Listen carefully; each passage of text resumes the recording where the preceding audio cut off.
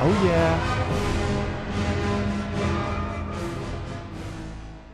Is it Thursday already? Wow, we got a lot to talk about today. This whole Sharmeen Obaid-Chinoy stuff with this Rey movie has gone completely off the rails. And we're going to clear a lot of things up with what's going on with that.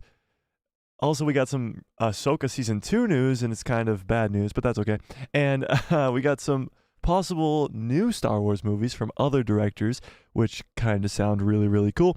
And, of course, we got some Skeleton Crew news, which seems like always. So, we got a lot to talk about. A lot to talk about. So, without further ado, let's dive into all of it. What's up, guys? It's Mike, a guy who loves Star Wars. That's me. This Sharmeen thing is really, it's really something. It's really something. So we're going to talk about all of it. We're going to try to stay civil, and I ask that we remain civil in the chat, please, as we talk about this very shaky topic that is Sharmeen Obaid-Chinoy and her comments, let's say, about the Rey movie and what she thinks about the Star Wars galaxy. We're going to talk about all of it today. We're going to break it down a lot further than we did last stream. And I got a ton of articles to pull up. I got a ton to talk about. And it's going to be a pretty damn good stream if I do say so myself. What's up, chat? How we doing today? It's me. First in today says, when is the live starting? Well, right now. I'm on your screen immediately. Zap says, seems like now they really need a PR team. Yeah. The PR team at Lucasfilm is quite bad. We'll put it that way. It's quite bad. So we'll get into all this. First, let's recap on what Sharmeen actually said. What did Sharmeen Obaid-Chinoy, who is going to be the director of the Rey movie, what did she say? Okay. So, the next Star Wars movie, if you haven't been living under a rock for the last year, is the Rey movie. It's going to follow Rey 15 years after the events of The Rise of Skywalker, and she's going to be starting a brand new Jedi Order. Fearless, what's up? How we doing?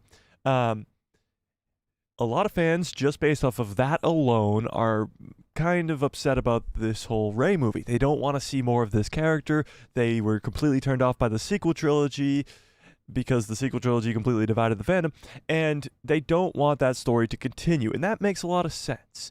However, with names like Dave Filoni getting this promotion to CCO, where he's going to be overseeing almost every Star Wars content, with a name attached as a writer like Damon Lindelof, although he got let go, and now it's Stephen Knight, who I think is even probably better.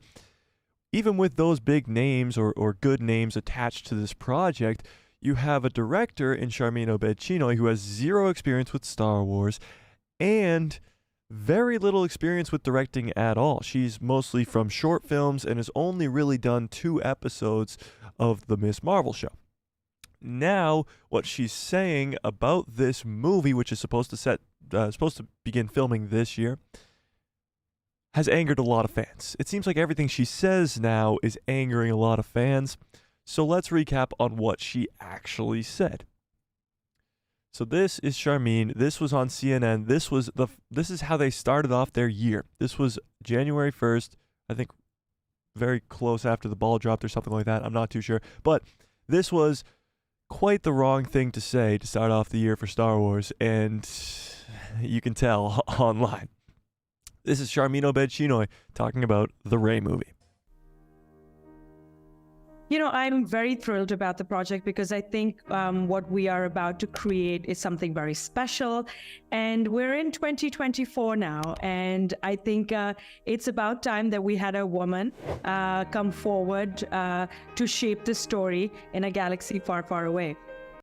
So the rest of this interview, which is like 3 more minutes, is not about Star Wars at all. So that's the only thing that she really says about Star Wars. That's it.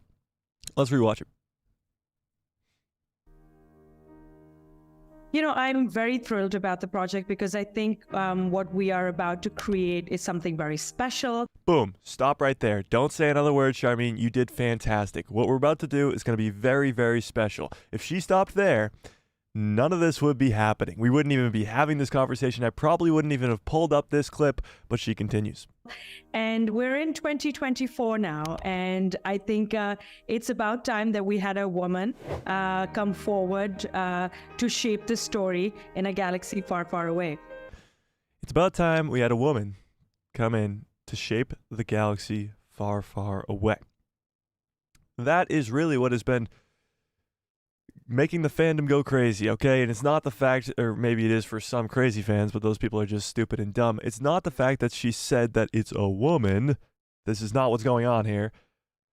It's the fact that she is claiming that, first of all, not only does she not know anything about Star Wars, but that women haven't been involved in Star Wars before, whether that's on the director's side, the producer's side, or even as the main characters. I don't think she's even seen the sequel trilogy, as Rey is the main character of 3 whole goddamn movies.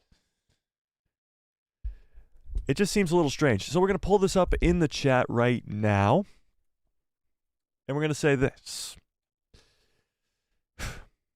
Here we go.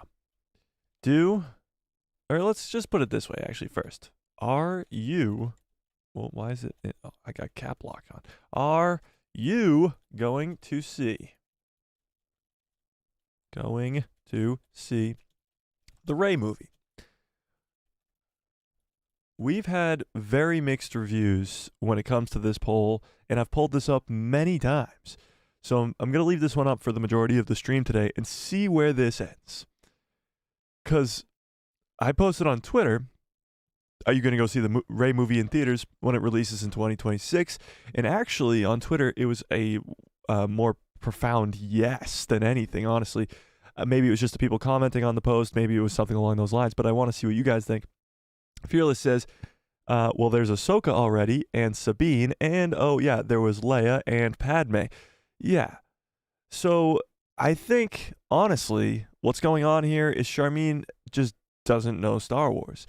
And maybe that's just okay that she doesn't know Star Wars, but if you're trying to hire somebody to make the next Star Wars movie, and not only that, but this next Star Wars movie is supposed to be something that fixes the sequel trilogy, that fixes the characters of Finn, Rey, Kylo Ren, Rose, all these sequel characters, and you're going to get somebody to direct it that has no idea what she's talking about when it comes to Star Wars, that's just the worst recipe for disaster that I've ever heard. And it's honestly just the biggest mistake they could possibly make. If they had even Sharmeen involved in some other project first to maybe learn about Star Wars, a Disney Plus show maybe, then I feel like a lot of fans would be more on her side, especially if she created like a Mando season 4 episode and it was a really, really good episode, then fans are going to want to see more of her.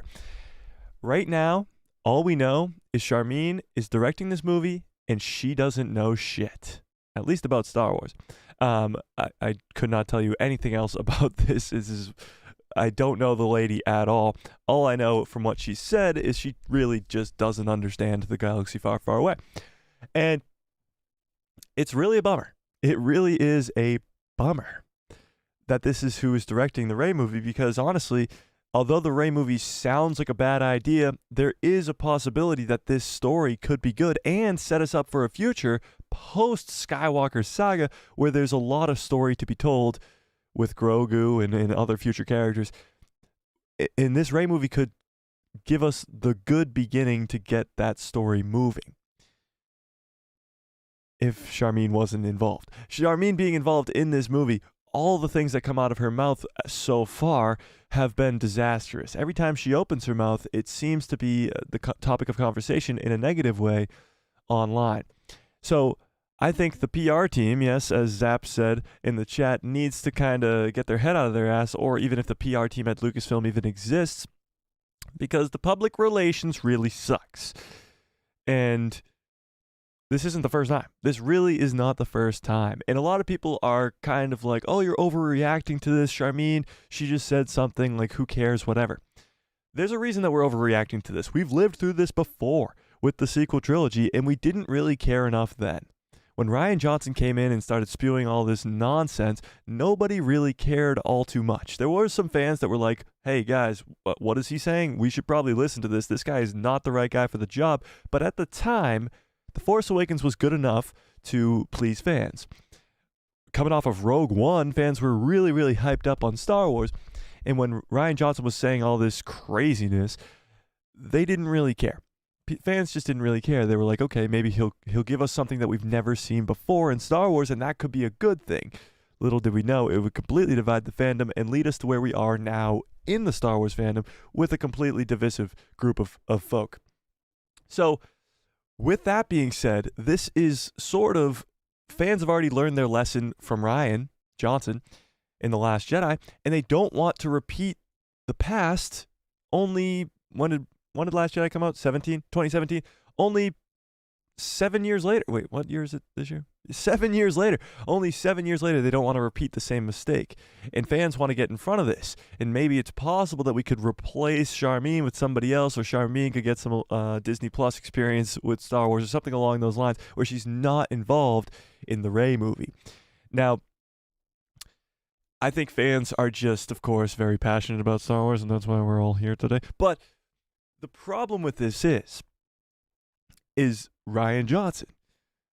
Fans are already so scarred, already so hurt by the sequel trilogy, that an extension of the sequel trilogy, being the Rey movie, having already this much sort of conflict around it, is not a good start. It's not a good start at all. But let me see what you guys are talking about in the chat.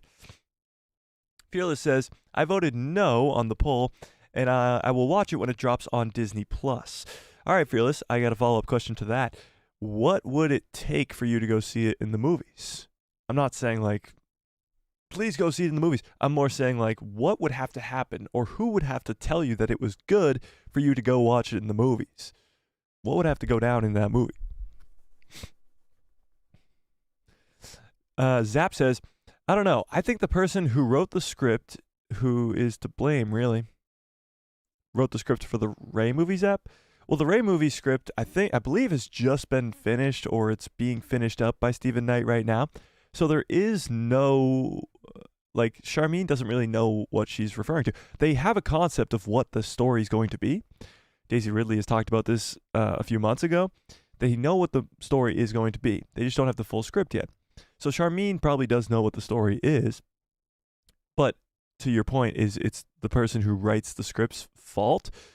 It's definitely a lot of the fault, but he's not the guy who created the story. Stephen Knight actually came on very late in the progress of this film to write the script, but the story was already there. He's just writing the dialogue. So you can't really blame Stephen Knight for all this if it is going to turn out to be a mess.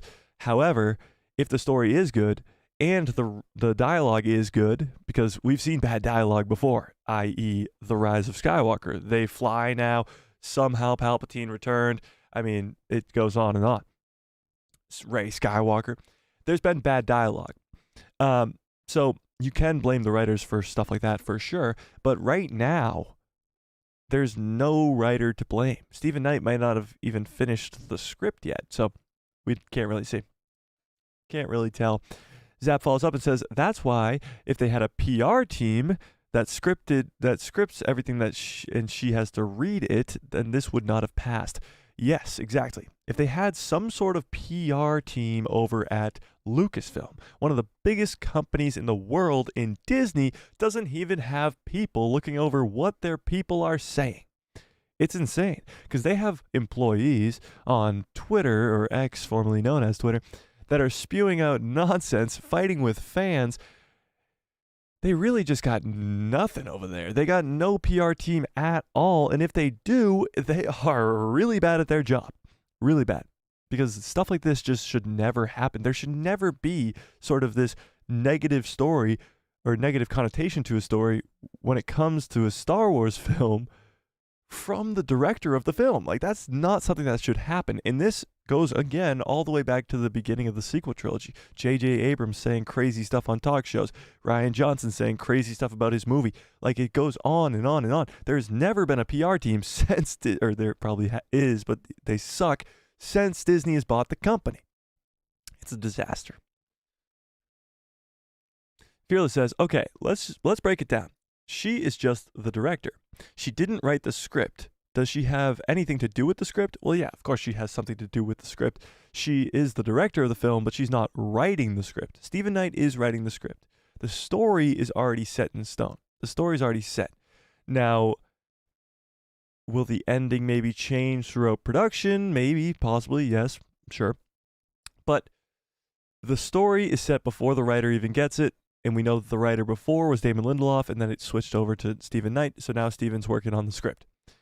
Sharmeen has been on since day one. She was brought in almost immediately. She has the story. She knows what the story's going to be. She's excited to direct it, blah, blah, blah. So she has the idea of what this project is going to be about. So although she's not writing it, a lot of the weight is still on her shoulders, especially right now that there isn't the movie's not being filmed yet. The script might not even be done yet as far as we know. So all we really know is that Sharmeen knows the story, not the script, but the story, the vague outline of the movie. And what she's saying is nonsensical.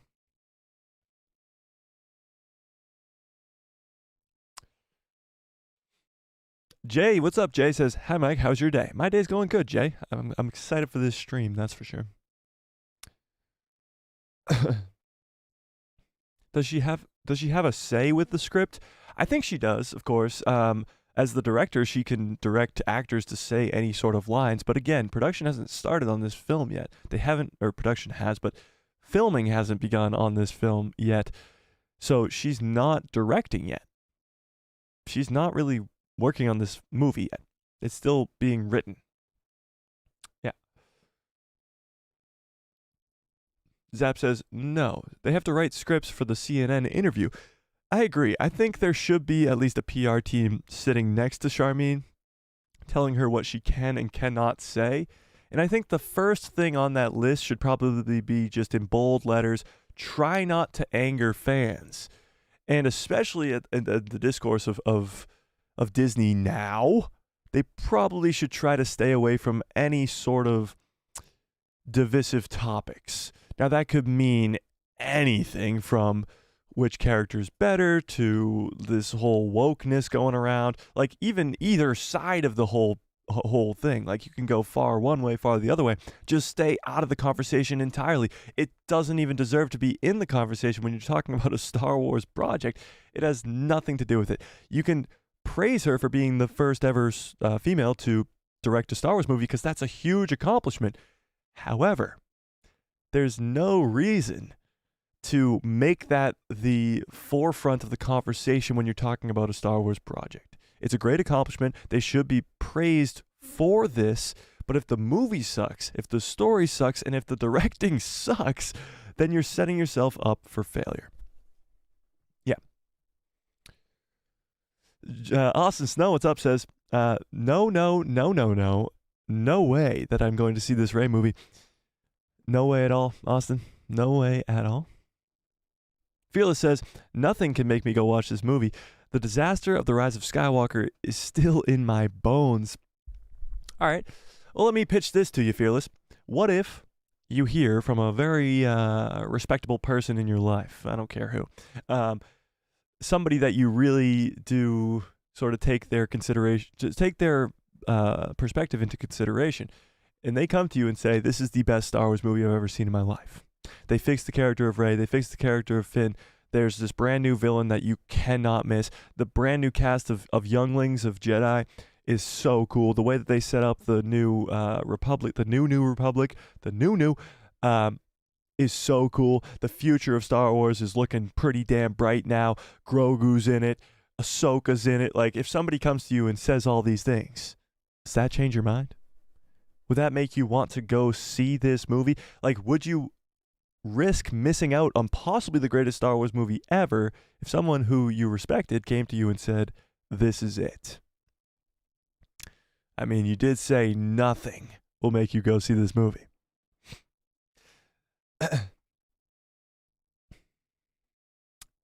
Yeah, I get it now, Zap. I do understand now.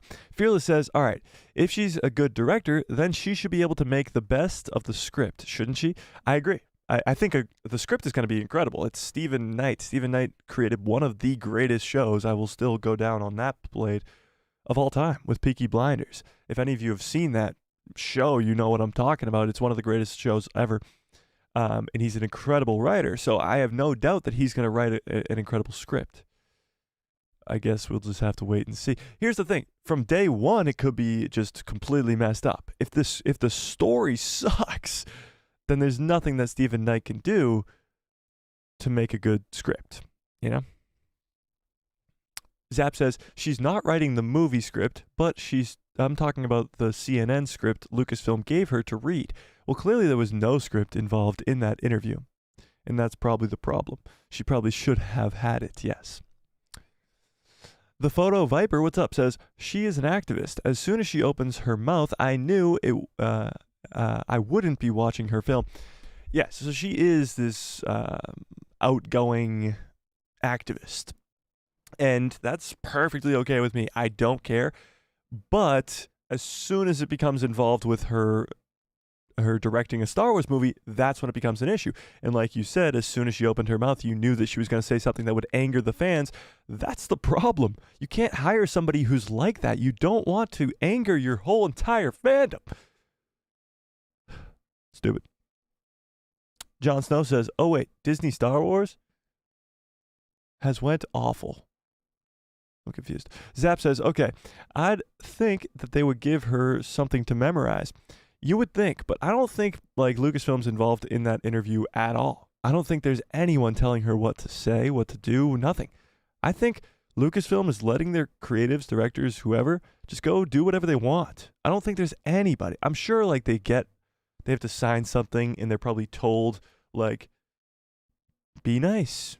Like, I don't really know what's going on, but I seriously, I would put money on it that she did not receive something to memorize or remember or even a script in front of her in that interview. There's just no way. Because first of all, that's the only clip about Star Wars. She's not talking about Star Wars in that interview at all, other than that. So, I don't know.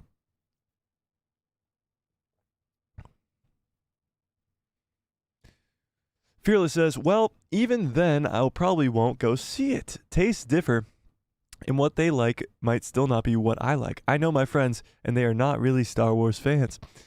Well, that's true, but what if your tastes are different than theirs, and they don't like the movie, and you really like the movie? You say that you don't like Rise of Skywalker, but it's a different director, it's a different writer, it's a different time period, it's possibly a bunch of different characters. Could be a completely different story. Yeah.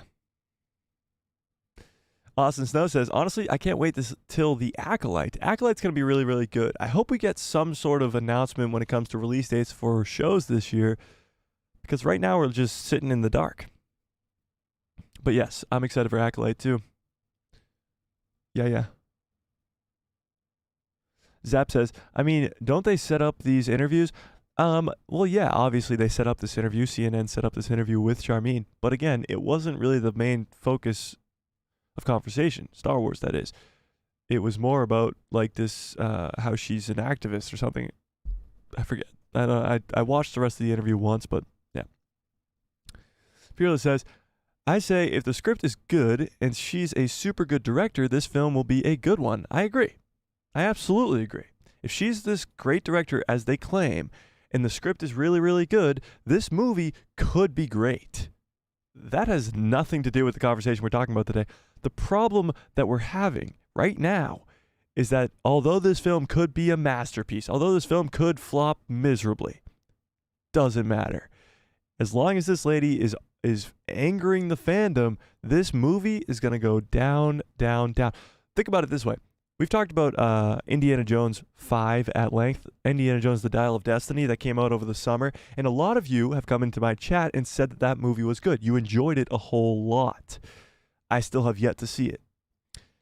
However, the critics hated it. A lot of fans didn't really like it, and I know a lot of you guys did like it, but nothing about how good that movie was had anything to do with how big of a box office flop it was. It bombed in the box office, made so little money when it cost over $300 million to make. The reason that Indiana Jones failed was the conversation around it. The Kathleen Kennedy at the time, fans really, really, really hated and wanted to see her fired. And at the time, the way to do that was to make Indiana Jones 5 bomb. And it worked, almost. She still has the job, but it worked in the case of the movie did flop miserably. But was Indiana Jones 5 that bad? Probably not. I still haven't seen it, but it probably wasn't that bad. The Rey movie could be a masterpiece, and it still could flop in the box office because of the controversy behind the director, behind the people behind the movie. It has nothing to do with the movie itself. If you have a director that fans love, think of Dave Filoni. Dave Filoni's getting this Mandoverse movie. If the Mandoverse movie absolutely sucks, it's still going to make billions upon billions of dollars because the names behind it, Dave Filoni, Jon Favreau, creating a Mandoverse movie with characters that we know and love. That's the exact conversation the exact opposite conversation that we're having right now with characters that people don't love in the sequel characters, and a director that people are really upset at right now because of what she is saying. So it's more about the conversation around the movie rather than the movie itself. And right now, the conversation around this movie is, I'm never going to see it. Nothing will make me go see this. I hate this lady. And that's it. There's so many people that won't see this movie just because of what she just said. I'm not one of these people. I'm going to see this movie regardless, of course. But that is a conversation that's happening around with a lot of Star Wars fans. They're not going to see this movie because of what the director is saying, because of the fact that it is a Rey movie, an extension of the sequels. Yeah. Zap says trailers will change that, Mike. That's definitely the case. Yes, people forget fast. That is true as well. However, trailers change a lot of things, but the film itself could still honestly be terrible. Here's the thing. Think about the trailer for The Last Jedi. So you're coming off the backs of The Force Awakens. You're coming off the backs of Rogue One. And that trailer for The Last Jedi drops, and it is so damn cool. And people were so hyped up for that trailer. People were so hyped up for that movie. And then The Last Jedi happens. A lot goes into making these movies. A lot. Behind the scenes, the movie itself, the trailers, what the director says or doesn't say. A lot goes into these movies. But yes, I definitely agree. People forget fast. Austin Snow says 2023 was a terrible year. Oh, I completely disagree. Personally, it was a very good year, but also Star Wars wise, it was a very, very good year.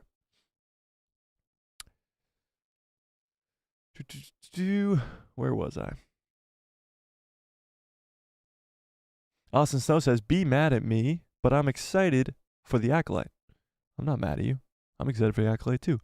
Fearless says, okay, if Dawn of the Jedi movie would be coming out next, I would go see it. But the Rey movie, nah. Fearless, that is a 100% valid way of thinking because of how much you dislike the sequel trilogy. And that is 100% okay, or at least Rise of Skywalker. But that's 100% okay, and that's how a lot of fans are thinking. They would go see the Mando movie. They would go see the Dawn of the Jedi movie. They would go see a ton of different Star Wars movies. But the Rey movie is something that a lot of fans just don't want to see at all. And now they just have more ammunition with what Sharmeen is saying. Zap says, would The Acolyte be like Darth Bane's book, killing Jedi to stay hidden and all that kind of stuff? I've heard that the Jedi Padawan may be lured towards the dark side, but that's all that I've heard. Yeah, so maybe it's a little bit similar to the Darth Bane book, as in the Sith who are in hiding have to kill the Jedi to remain hidden, yes, but I really don't know how they're going to go about this. It's supposed to be a Sith-centered show, but the Sith aren't really around at this time, like at all. So it'll be very hard to do that because from the trailer that was leaked from Star Wars Celebration, we saw a whole lineup of Jedi. And if those Jedi are the main characters of this, then it's not a Sith-centered show like we were promised. So we'll see.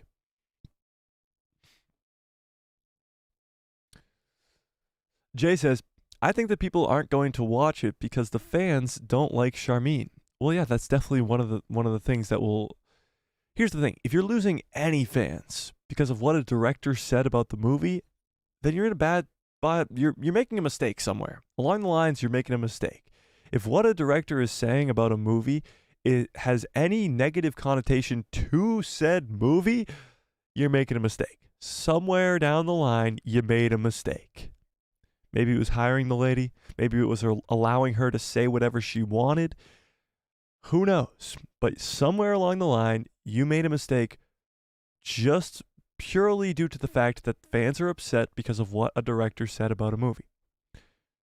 Everything. Like I said when we watched this clip, if she stopped at the beginning, if she stopped after she said this, let's go back to the clip.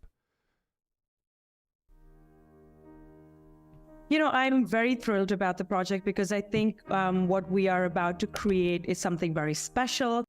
So she only talks for about 20 seconds about Star Wars in this whole 4-minute interview. Probably even less than 20 seconds. If she stopped at that first sentence, I'm very excited, this is something very special that we're creating, that's it. That would actually make headlines of people the director very high on the upcoming Rey movie, and maybe it probably wouldn't make fans go, oh, I'm going to go watch the Rey movie, but it's a more positive and better conversation to be had in the Star Wars fandom. It's the second half where she goes into the other stuff that makes it a conversation that has a negative connotation to it. And it's simple as that. Simple as that. All she had to do was just stop talking after the first positive sentence, and that was it. Zap says they spent like $375 million on the Indiana Jones movie, and that's way too much to be profitable. Yeah, the Indiana Jones movie was definitely set up for failure, just purely based off of the budget of the film. Yeah. It's Me says, when will The Acolyte be released? That's a good question. We don't know specifically. I would certainly hope sooner rather than later. I think the earliest you would possibly see The Acolyte would be April, and a more realistic thing would probably be like June, July, or August even. So it might be a long time till we see The Acolyte show. Yeah.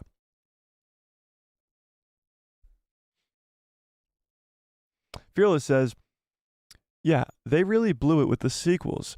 I've never left a theater angry with tears in my eyes than what the Rise of Skywalker did to me. Honestly, when I watched Rise of Skywalker in the theaters, it wasn't that upsetting to me. It was kind of like a cool, fun, action-y adventure thing. Like, when you think about the Rise of Skywalker, what you think about is, of course, somehow Palpatine returned.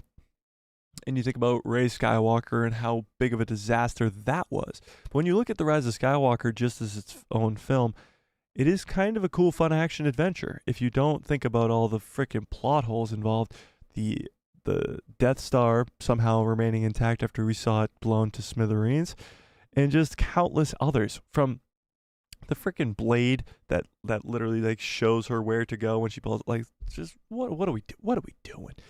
But yeah, it didn't really hurt me at the time as much as it does now. Zap says, yeah, I was made fun of too. Oh, wait. I was mad, sorry. I was mad at all of the stuff that they didn't give us. That they didn't give us? I'm confused. Oh, in Rise of Skywalker, I get you. Austin Snow says, I think KK wants to fire Jon Favreau, risking losing her job, and I highly doubt it. I don't think she wants to fire Jon. Jon brings in a lot of money. But I definitely think they don't have a very solid relationship. All right, let's read this first article today about this. This is coming from Variety. Let's read this. Daisy Ridley, new Star Wars director, says it's about time we had a female filmmaker come forward to shape the galaxy far, far away. So there's two ways you can interpret what she said. You can interpret it as she's talking about herself as the woman who's going to shape the galaxy far, far away, or you can interpret it as Rey, being the main character of the film, is the woman who's going to shape the future of the Star Wars universe. So that's two different ways to look at it. This article is looking at it as Sharmeen talking about herself as the woman who's going to shape the Star Wars universe, and then we're going to talk about the other side of it after this article. So, Daisy Ridley's Rey is coming back to the big screen. I love how they didn't say Rey Skywalker. Every other article says Rey Skywalker, and this one just says Rey. It's coming back to the big screen in a new Star Wars movie directed by Sharmeen Obaid-Chinoy of 2 episodes of Ms. Marvel. Written by Stephen Knight of Peaky Blinders, the film makes Obaid-Chinoy the first woman and first person of color to direct a Star Wars feature film. Previous film directors in the franchise included original creator George Lucas, Irvin Kershner of Empire Strikes Back, Richard Marquand of Return of the Jedi, J.J. Abrams of The Force Awakens and Rise of Skywalker, and Rian Johnson of The Last Jedi. What about Ron Howard? Was Ron Howard the final director when it came to Solo? And what was the guy's name of Rogue One? Who directed Rogue One? What the hell was his name? Tony Gilroy was the writer, but the guy, he did the creator. What's his name? Somebody help me out in the chat. Who directed Rogue One? What the hell's his name? Oh, that's killing me. I know it. It's on the tip of my tongue. Somebody help me out. All right, moving on. While Star Wars television projects have featured female... Oh, I thought somebody was open. Well, featured female directors, most notably Deborah Chow, the movies have shut them out until now. Didn't mean to rhyme, but they did anyway. So Deborah Chow is the one who did multiple episodes of The Mandalorian and then got the entire Obi-Wan Kenobi series for herself. So that is Deborah Chow. But there has been other directors as well. Gareth Edwards, thank you, Zap. Yes, Gareth Edwards did Rogue One. So Deborah Chow, but you also have, with other Mandalorian episodes, you have Bryce Dallas Howard, who's another big one there, and a bunch of other ones, of course. So this is what she said. We just listened to this. I'm very thrilled about the project because I felt like what we were about to create is something very special. She said, now we are in 2024, and it's time that we had a woman come forward and shape the galaxy far, far away. Not much is known about Daisy Ridley's Star Wars return, which will pick up with Rey following the events of 2019's Rise of Skywalker. Lucasfilm president Kathleen Kennedy said at last year's Star Wars Celebration that Ridley's new film will follow Rey as she builds a new Jedi Order. The executive teased a bit more about the plot in an interview with IGN by revealing Star Wars fans will pick up with Rey well over a decade after Rise of Skywalker. This is what Kathleen Kennedy said. Well, we are 15 years out from the Rise of Skywalker, so we are post-war, post-First Order, and the Jedi are in disarray. There's a lot of discussion around who are the Jedi. What are they doing, and what is the state of the galaxy? She's attempting to rebuild the Jedi Order based on the books, based on what she promised Luke. So that's what we are going. So that's where we are going. So that actually gives a lot of information. What we know about the Rey movie is so little, but that she's rebuilding the Jedi Order, of course, is known. It's 15 years after Rise of Skywalker is known. What she says here is, who are the Jedi? What are they doing? What is the state of the galaxy? Now, the state of the galaxy is something that's been up in the air for a long, long time since the end of the original trilogy. Even now in the Mandoverse, the New Republic is very, very weak, and I think Thrawn's just going to come in and sort of just destroy it. But then you see in the sequel trilogy, the First Order is rising to power, so the state of the galaxy, government-wise, has sort of been in a disarray since the Empire, who, although were evil, had a strong grip around the whole galaxy. Since the Empire fell, the galaxy, government-wise, has been sort of at disarray. Just like the Jedi, I guess, here. So a lot of world building is going to be had in this Rey movie, not just on the Jedi, but also in the galaxy at large, which is kind of cool. But she's basing a lot of this on the books that she has. Now, those books are the sacred texts that she stole from Octu, and the sacred texts go back to the Dawn of the Jedi. Could this be connecting the Rey movie to the Dawn of the Jedi movie? I think so, but that'll be seen probably further down the line. When asked if Mark Hamill's Luke Skywalker could be involved in the film via flashbacks or as a Force ghost like he was in The Rise of Skywalker, Kennedy answered, I don't know if we'll spend a lot of times with flashbacks or on Force ghosts or things like that, but certainly the spirit of what he represents to her is going to be significant. What I read when you read between the lines in this statement here is that no, Luke won't be involved in the movie maybe at all. Maybe he's not in it at all. Maybe just a brief cameo appearance. But of course, what he represents to her will be significant. That just pretty much means he won't be there. However, what he did for Rey will be there in the back of her mind type thing. Like, it's just a way to get out of it. Jay, I can do that. I'll do that after I read this article. Daisy Ridley told Collider in November that she had not yet read the script for this new movie, but she did know the story plan. I'm very excited, she said. The story is really cool. It's not what I expected, but I am very excited. Again, she hasn't read the script yet, but she is very excited from what she knows about the story.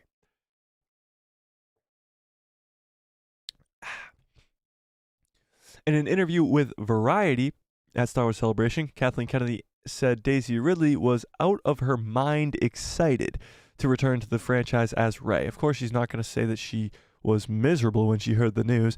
She's out of her mind excited. It was a pretty straightforward phone call, Kathleen Kennedy said about asking Daisy Ridley to return. I started out by just saying, hey, I think we are getting near being ready. We've been talking a lot about what we are doing in the movie space, and I said, I think we are getting close to being ready. How would you like to go to Celebration? That was really the beginning of it. She was out of her mind excited. So obviously that wasn't the beginning of it. A lot had to go into convincing Daisy to come back, or at least asking her to come back and talking about that. Yeah, Zap, exactly. When Daisy was hearing a lot of ka-chings, money signs seeing money signs when she saw a phone call from Kathleen Kennedy. So Daisy Ridley, since the sequels, hasn't really gotten a lot of jobs. She's been in smaller feature films and other such things, but she hasn't really been the big blockbuster actress. Like, look at Adam Driver right now. Adam Driver has been very prevalent in a lot of movies since the sequel trilogy.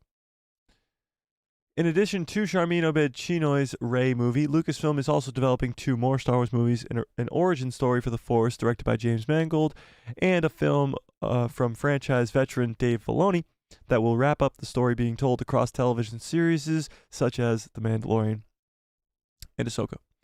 So this article doesn't really dive too deep into the controversy here, but we do have this next article which really, really does. But let me check out the chat real quick. Let's see.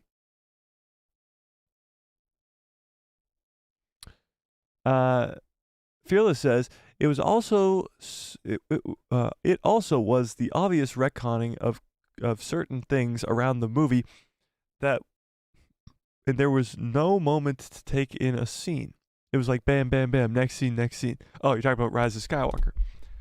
Yeah. It was a very fast-paced movie for sure.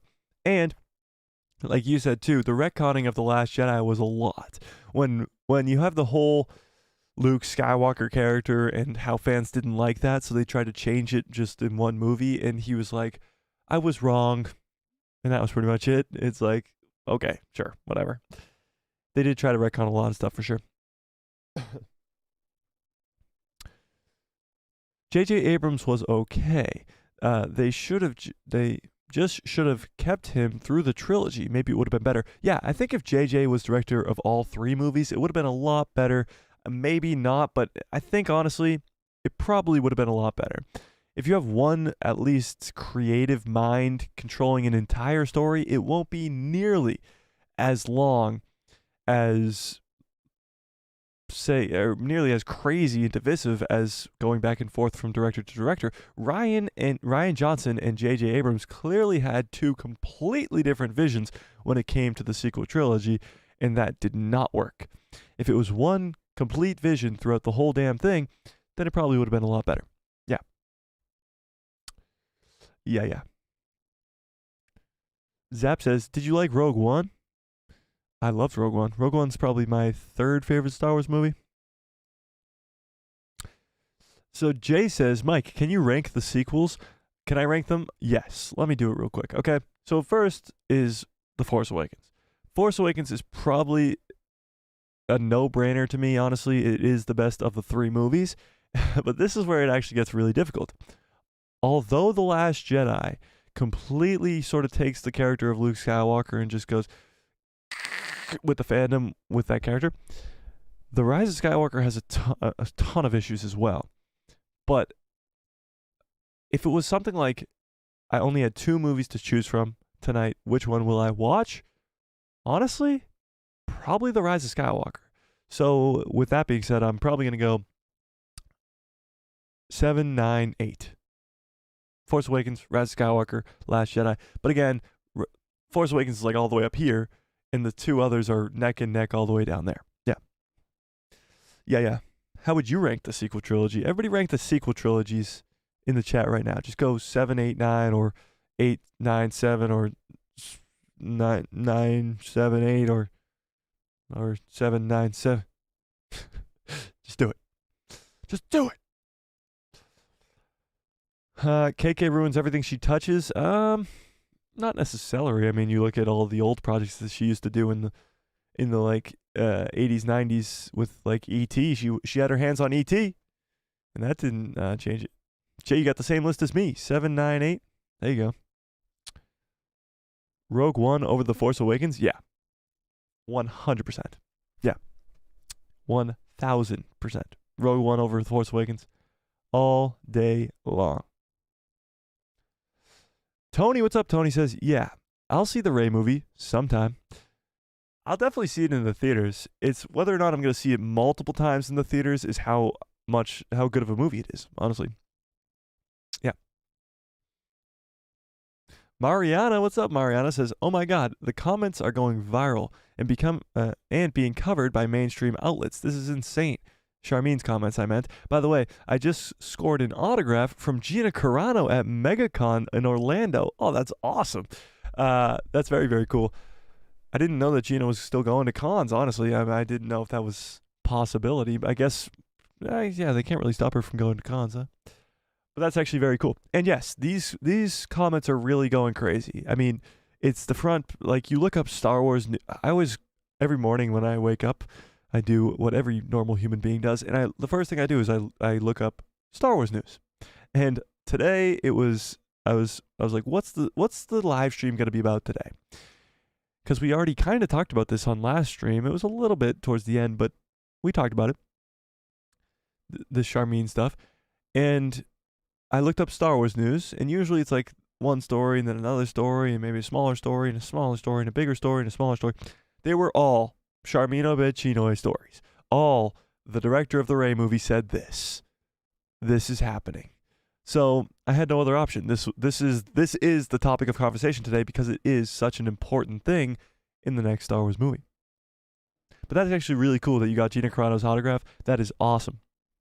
Yeah, very, very cool. What did she sign? Did she just sign a piece of paper or was it something else? I don't know. Zap says, what about Disney era movies? Oh, if I was to rank them all? So I just have to throw in Rogue One and Solo into that mix. Rogue One's at the top. So we'll go Rogue One, The Force Awakens, Solo, Rise, Last Jedi. Yeah. Yeah. Yeah.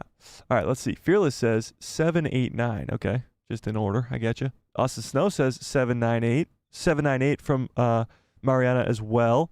7, 9, 8 seems to be the way. This is the way. Just kidding, Fearless. Much love.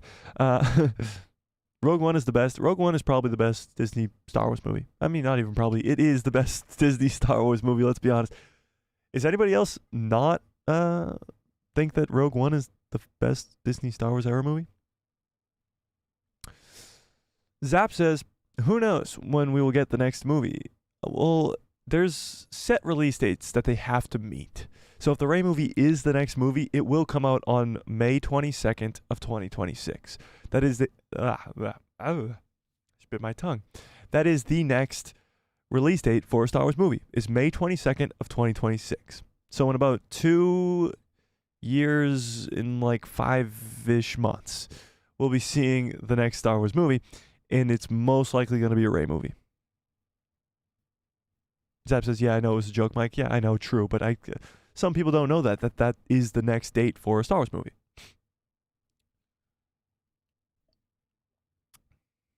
Mike, do you live stream on Monday, Wednesday, Thursday, Saturday? No, it's Tuesday, Thursday, Saturday. Tuesday, Thursday, Saturday. Every 2 days, pretty much. Yeah. Monday, no. Tuesday, yes.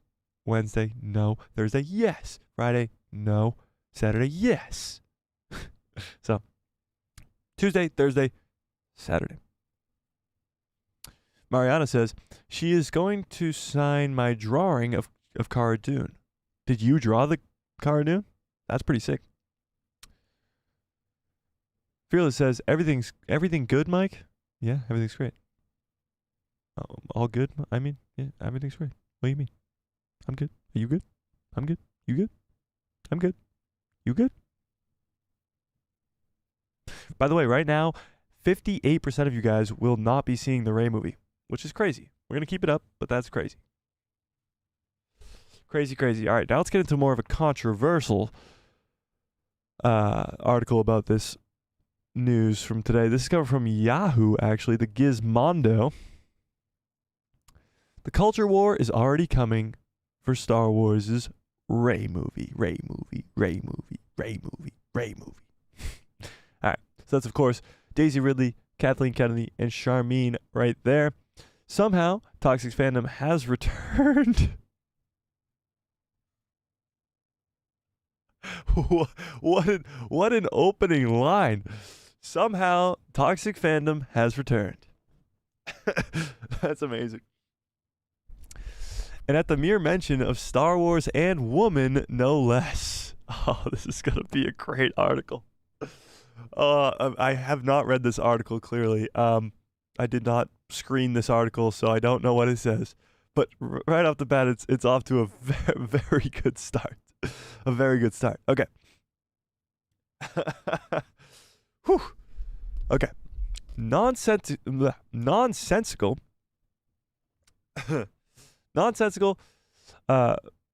Virulent. Virulent. Sorry. Misogynistic notions abound as Lucasfilm head Kathleen Kennedy and the director of the studio's upcoming Rey film, Sharmeen Obaid-Chinoy, have found themselves in the crosshairs of troll pundits and anti-woke platformers over women playing in the Star Wars sandbox. Mind you, the sandbox wouldn't still be there if not for Kathleen. Okay, this is going to be a fun article. This is going to be a really fun article. Here we go. Ooh. What a start. What an opener. What an opener.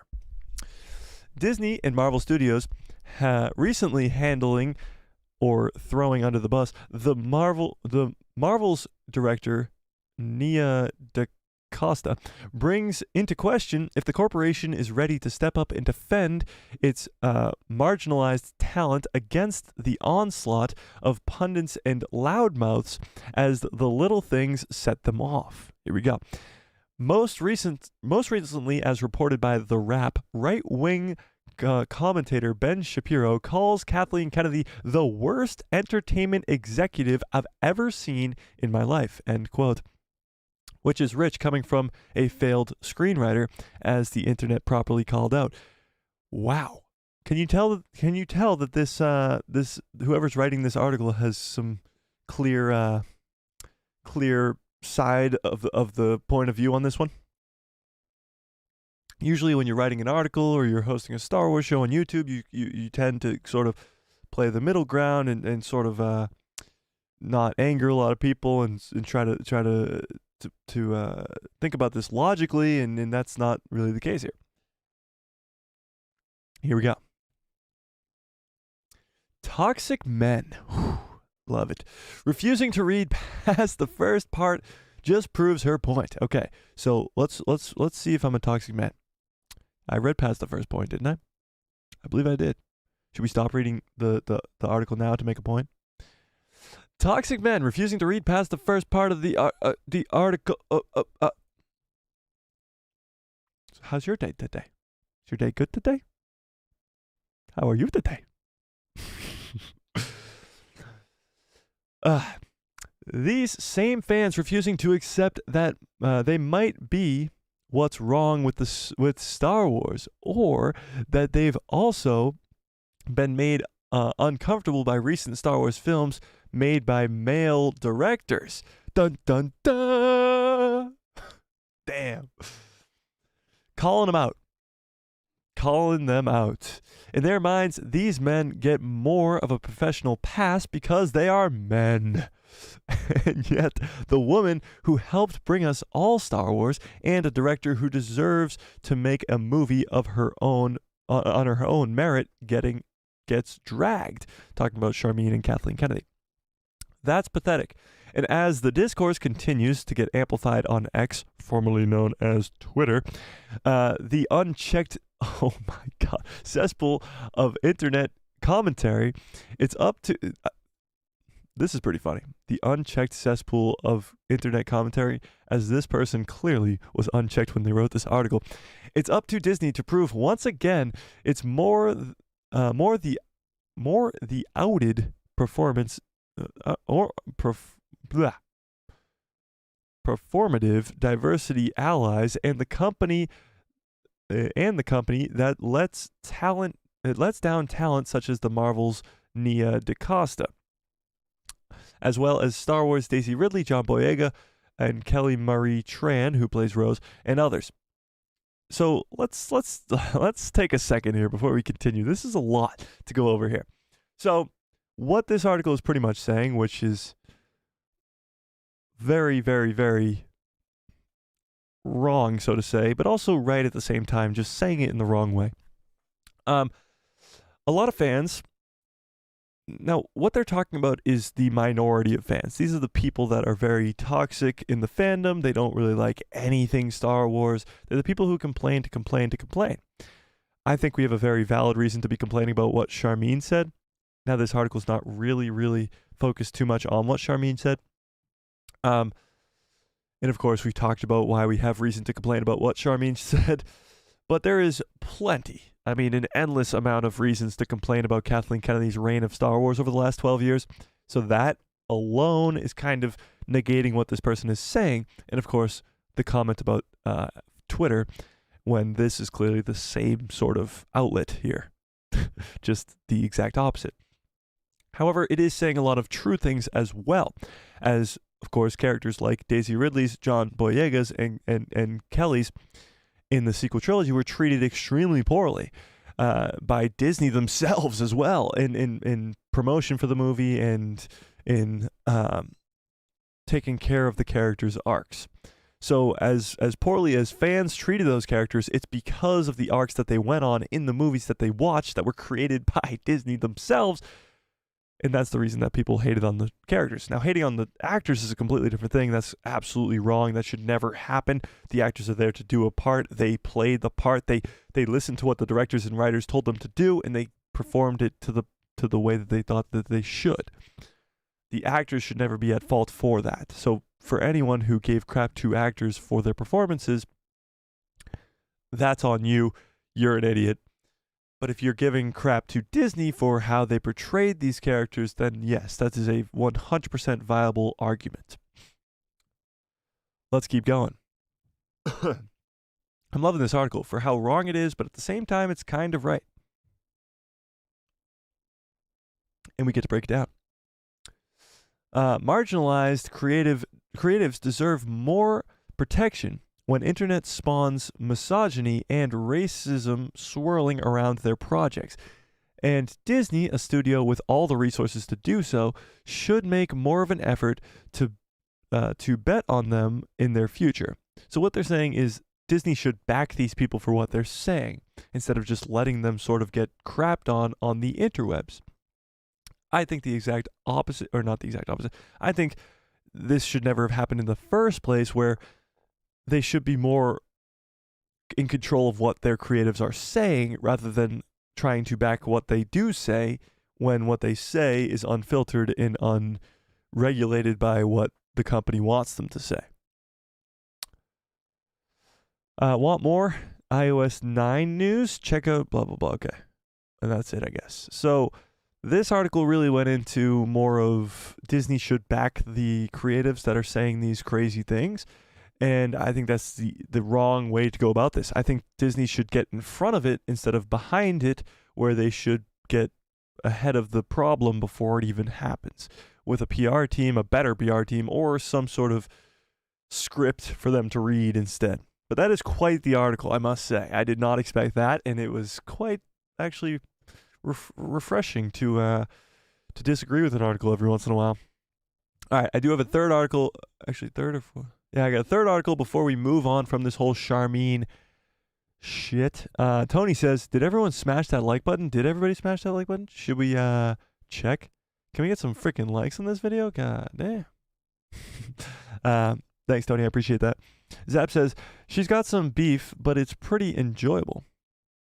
Yeah, it is. You're talking about the person writing that article. It was pretty enjoyable, I must say. Austin Snow says, imagine Kathleen seeing our roasts. There is some hope that someone at Lucasfilm watches my streams. The hope is that they listen to the streams and not just say, oh, this is a crazy guy on YouTube talking out of his ass. It's more that they are actually listening to what we're saying and really listening to the fans. Because I believe, at least in my own opinion, that we are sensical fans that are going to spend a lot of money on Star Wars, of course, that want it to succeed. I want nothing more than for Star Wars to succeed. And that's what we're talking about here today. If Sharmeen has a better PR team behind her in what to say and what not to say, then yes, you're going to have a better, more positive, a lot less negative and toxic fandom that is looking forward to the next Star Wars project. We want nothing more than for Star Wars to succeed, 100%. So if Lucasfilm is watching, and we know that you are, please listen to us. Yeah. Sith Talks Podcast. What's up, Tony? Says, yo, just subscribe for my new channel. New episode of Sith Talks dropping tomorrow with you. With me. At 11 a.m. Eastern Standard Time. All right, guys, let's shout that out right now. Okay, let's go to it now. Let's go to it now. Let's go to it now. Let's do it right now. YouTube. Sith Talks. Oh, shit. Where is it? Sith Talks. Sith Talks. Star Wars Sith is what came up. Hang on. Is it linked to your channel? I'm guessing it is. Let's see.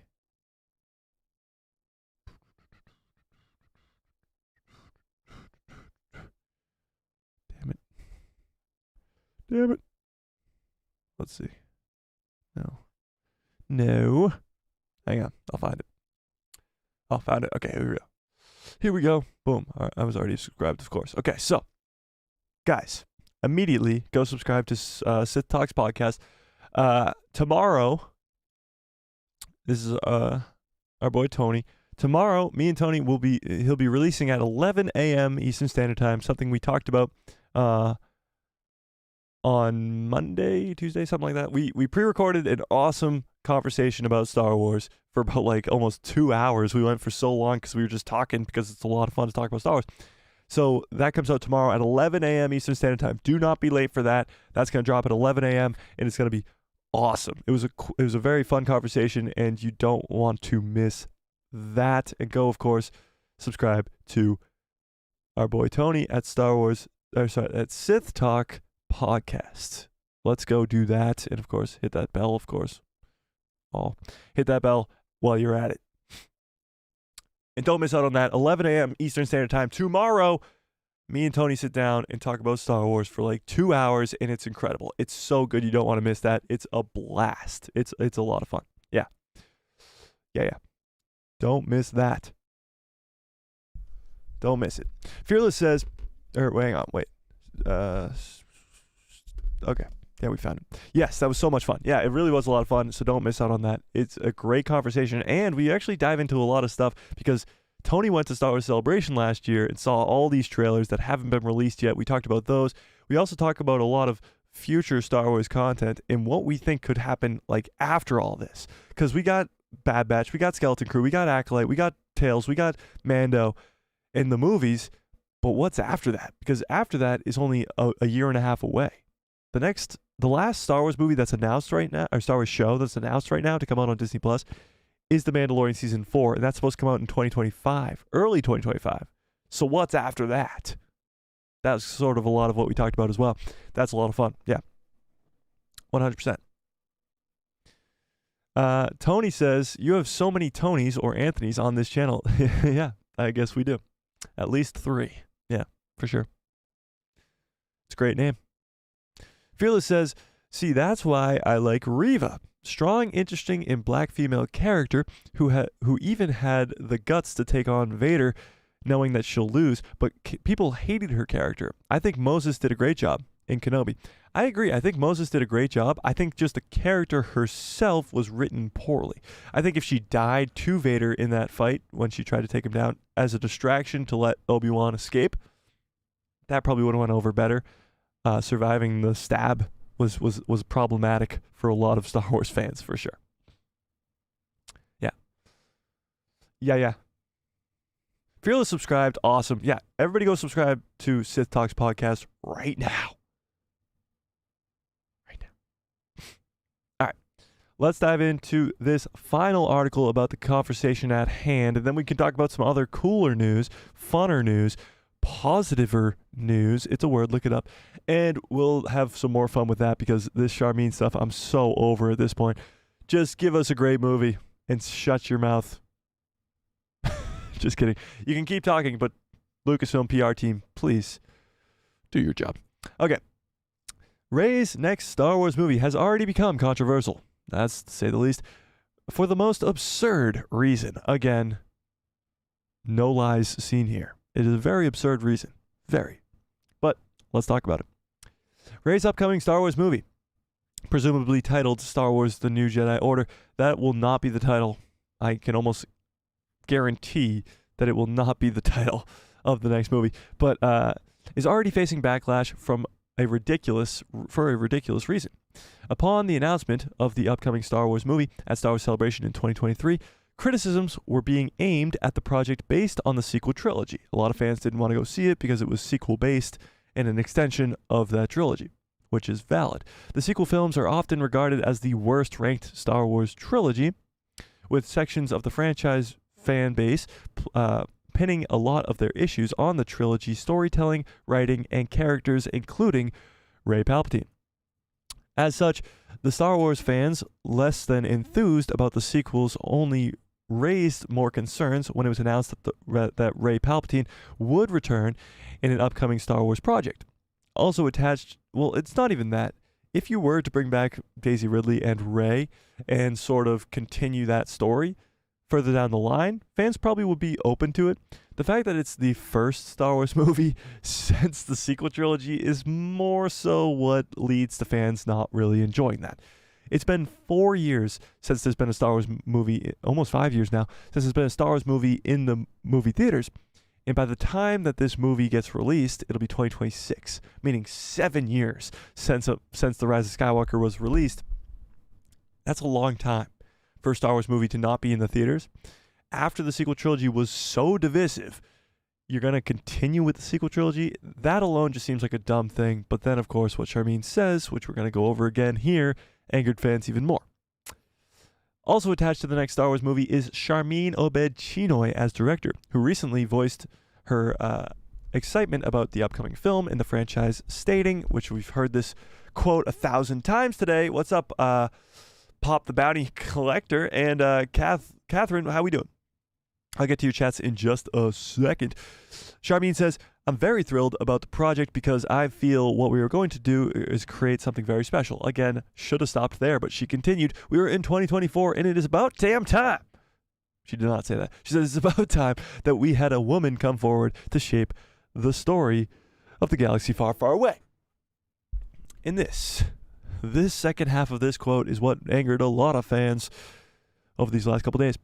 The latter section of these comments only furthered the criticisms being pinned against Rey's New Jedi Order movie, with many stating that these comments disregard the women who have previously worked on the Star Wars franchise. This argument is taking Obaid-Chinoy wildly out of context, as the filmmaker is clearly referring to her status as the film's first woman of color of the theatrical Star Wars films. Okay, this is actually very interesting.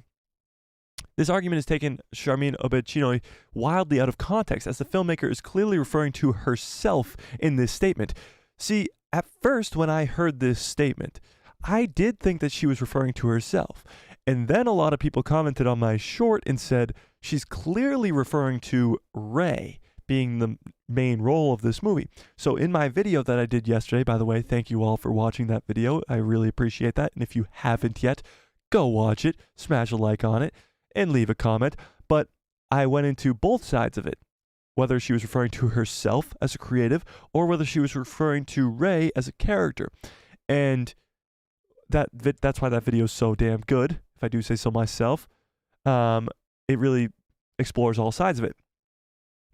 Now tell me in the chat, of course, which do you think she's referring to? When she says, it's about time we had a woman come forward to shape a story in a galaxy far, far away. It seems like she's referring to herself, and it could be possible that she's referring to Rey. What do you guys think? It was a good video, Mike. Thank you, Jay. I appreciate that. What do you guys think? Who's she referring to here? Herself or Rey? Maybe both? I don't think she's talking about both. I mean, she could be talking about both, but I doubt it.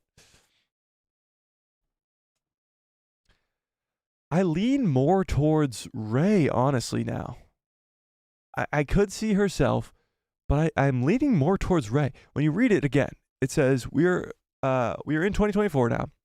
And it's about time that we had a woman, Rey, come forward to shape a story in a galaxy far, far away.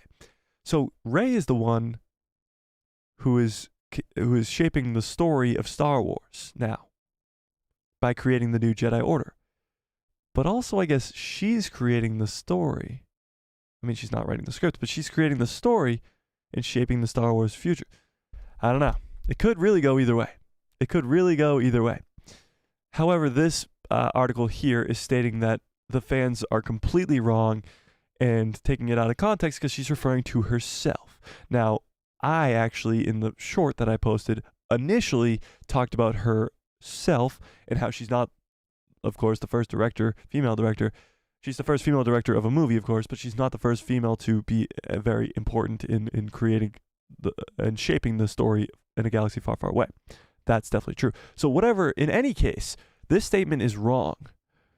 It's about time that we had a woman come forward to shape a galaxy far, far away, because we've had women characters involved with Star Wars in shaping the galaxy far, far away, from Rey to Jyn Erso to Padme to Leia, and the statement is also wrong if she's referring to herself. We've had countless creatives when it comes to female creatives, directors, producers, whatever, what have you, that have been working on Star Wars, from directors like Bryce Dallas Howard, Deborah Chow, who did the Kenobi show, and directors in that capacity. But you also have, like, even look at George Lucas's wife, who was so integral in creating the original trilogy. But you look at Kathleen Kennedy has been running the whole damn thing for 12 years now. 12 years now she's been running the whole damn thing. So either way, this statement is completely wrong. The argument is often raised that it should not matter which gender a filmmaker identifies as or what their ethnicity is, as long as a good movie is crafted. However, this argument has been lacking concerning Star Wars movies of the past. Well, here's the thing. Honestly, it doesn't matter. If Sharmeen creates a great story, it doesn't matter. Would I like her to shut up and stop saying things that will anger the fans? Yes. If that doesn't happen and she still creates a great film, fantastic. It would be like she's a great director, but not a great person with the public. We'll put it that way. So I don't know if she's a great director or not. I've seen her 2 episodes of Miss Marvel. Directing-wise, I guess they were good. I'm not a fan of the story of Miss Marvel, so I can't really judge it on that. So only time will tell if she's a good director or not when it comes to Star Wars. But from what she's saying and arguing with fans and angering fans, is not the best look. That's for sure. And what they say about the argument raised over it shouldn't matter which gender a filmmaker identifies as or which ethnicity they are, as long as they craft a good movie, that is true. Obviously, it is true. It's an argument that's being had, but it is true. It doesn't matter if you're a male, female, dog, alien, whatever. It doesn't matter. As long as you create a good story. That is a valid argument to have. It's just, in recent past, white males have been in charge of Star Wars, and the Star Wars hasn't been good. The sequel trilogy is what I'm referring to. I just realized that Dave and John are both white males, and that story is really good. So the sequel trilogy, Rian Johnson and J.J. Abrams, is more who I'm talking about. Star Wars fandom has nothing to fear from Sharmeen Obaid-Chinoy. Let's see why. Despite these criticisms, it is clear that the Star Wars fandom has nothing to fear when it comes to Sharmeen Obaid-Chinoy. The director is a fantastic filmmaker. Again, there's nothing really to back this. With a wealth of prior experience, again, nothing to back that, in the industry that promises a compelling, well-made Star Wars film. None of this is promising. None of this.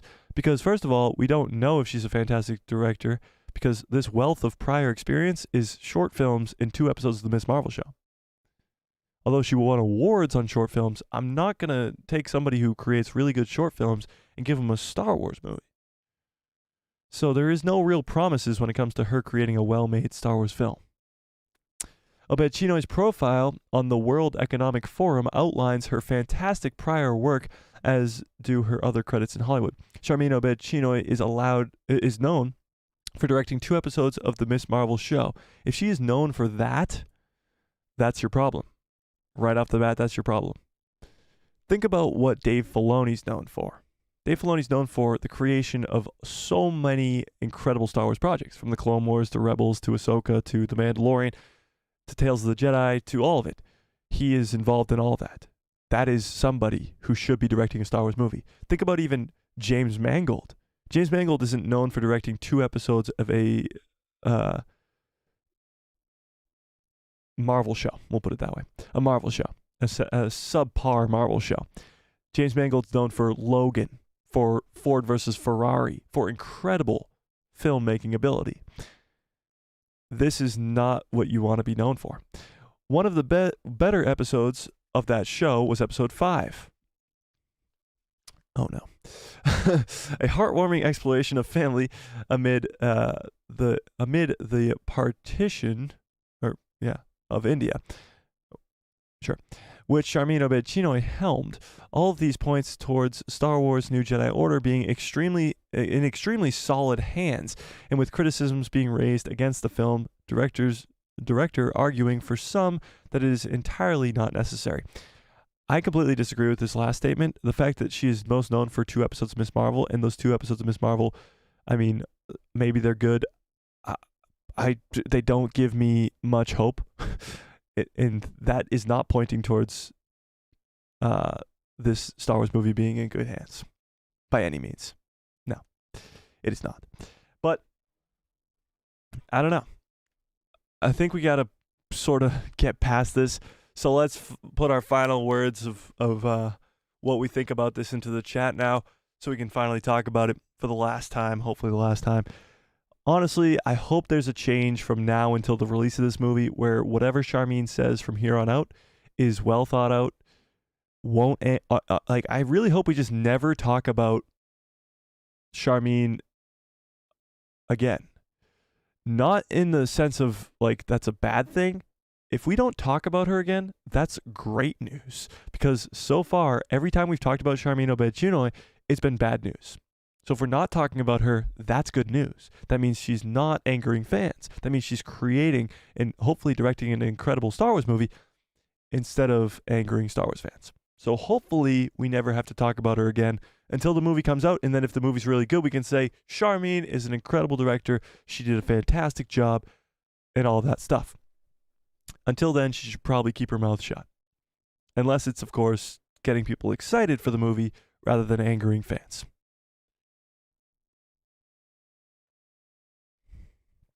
But let's see what you guys are saying in the chat.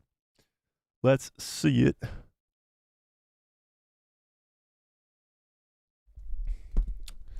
Let's see. Where was it? Here we go. Pop the Bounty Collector, what's up, says, she knows what she was doing when she made that comment. I wish she would have just let her work do the talking. Yes, that's why. I hope we just never hear from her again until her work comes out and we get to actually see her work and allow that to do the talking. Because if her work is good, if the Rey movie is good, if it's directed well, then we're going to love her. She'll become a Star Wars legend for fixing all those characters, honestly. And that would just do all the talking for her. I completely agree. Yeah. Catherine says, "Hey all, just got here and push that like button." Well, I appreciate you, Catherine. I do.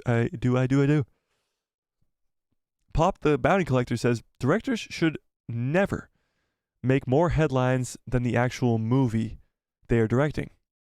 100% agree. 100%.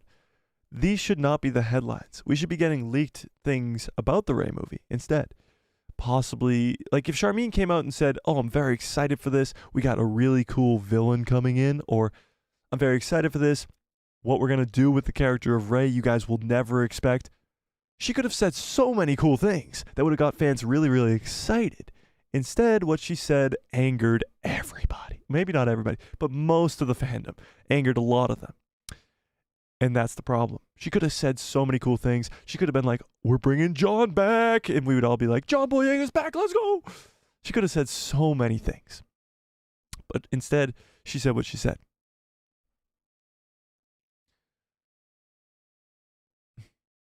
Catherine says, "Congrats on the shout out from Star Wars Meg." Catherine, you're the second person to tell me that. I didn't see this. Send me the video link in the Discord or something. I didn't see this Star Wars Meg video. And I appreciate Star Wars Meg for the shout out, but I haven't seen it yet. I want to see it. And Meg, I know that you're watching. Just kidding, you're probably not. But if you are watching, I know that you're an AI. The secret's out. Just kidding, Meg. Much love. Yeah. I appreciate it, Star Wars Meg. If you did truly shout me out, I do appreciate that. I want to see it myself with my own two eyes. But I do appreciate that a whole lot. Yes. Zap says, "In a Star Wars movie..." Wait, what? I'm confused. Mike, I don't know. There hasn't been a woman lead and a woman director. Only a woman without men. What?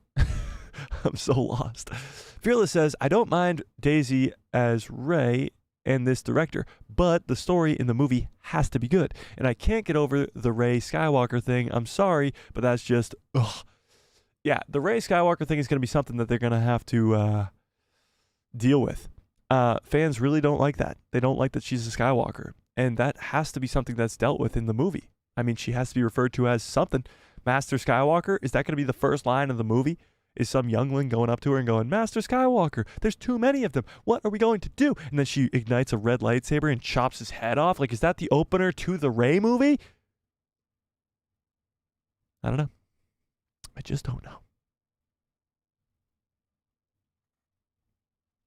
Zap says, "Because Finn and Poe are with Rey and etc." Oh, that's what you mean. Like Finn and Poe are just as main characters as Rey. I completely disagree. I think Rey has always been the main character of the sequel trilogy. Fearless says, "I hope that they bring back Finn and make him Rey's Padawan." I agree. Oh, wait, what? Oh, yeah, no, I completely agree. I hope that Finn gets his redemption. I really do hope that Finn becomes a Jedi. Yeah. Catherine says, "Agree, but would you want her to be known as Rey Palpatine?"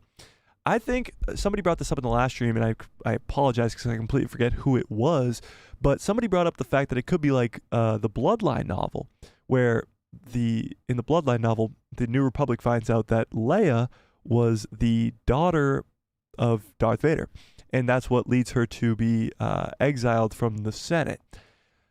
We could see something very similar to that, where they find the galaxy at large finds out that Rey is a Palpatine, and they're like, "What the bleep, bleepity bleep, this lady's a Palpatine! Get her out of here," and then they probably exile her. That could be the case for sure. Yeah, 100%. Yeah.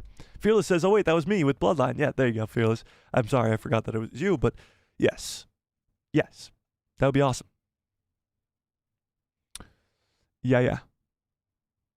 Where was I? Zap says, there are always with men, like in the sequels about Kylo and Rey, and the prequels about Anakin. I agree that male characters have dominated Star Wars for a long time, but there's no doubt that Rey is the main character of the sequel trilogy.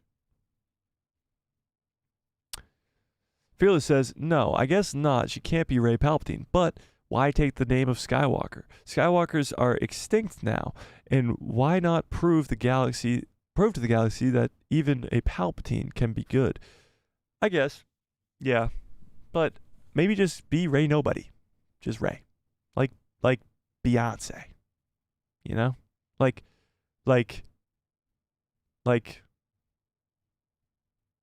Beyonce.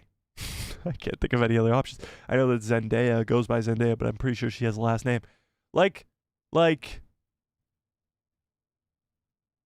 Beyonce.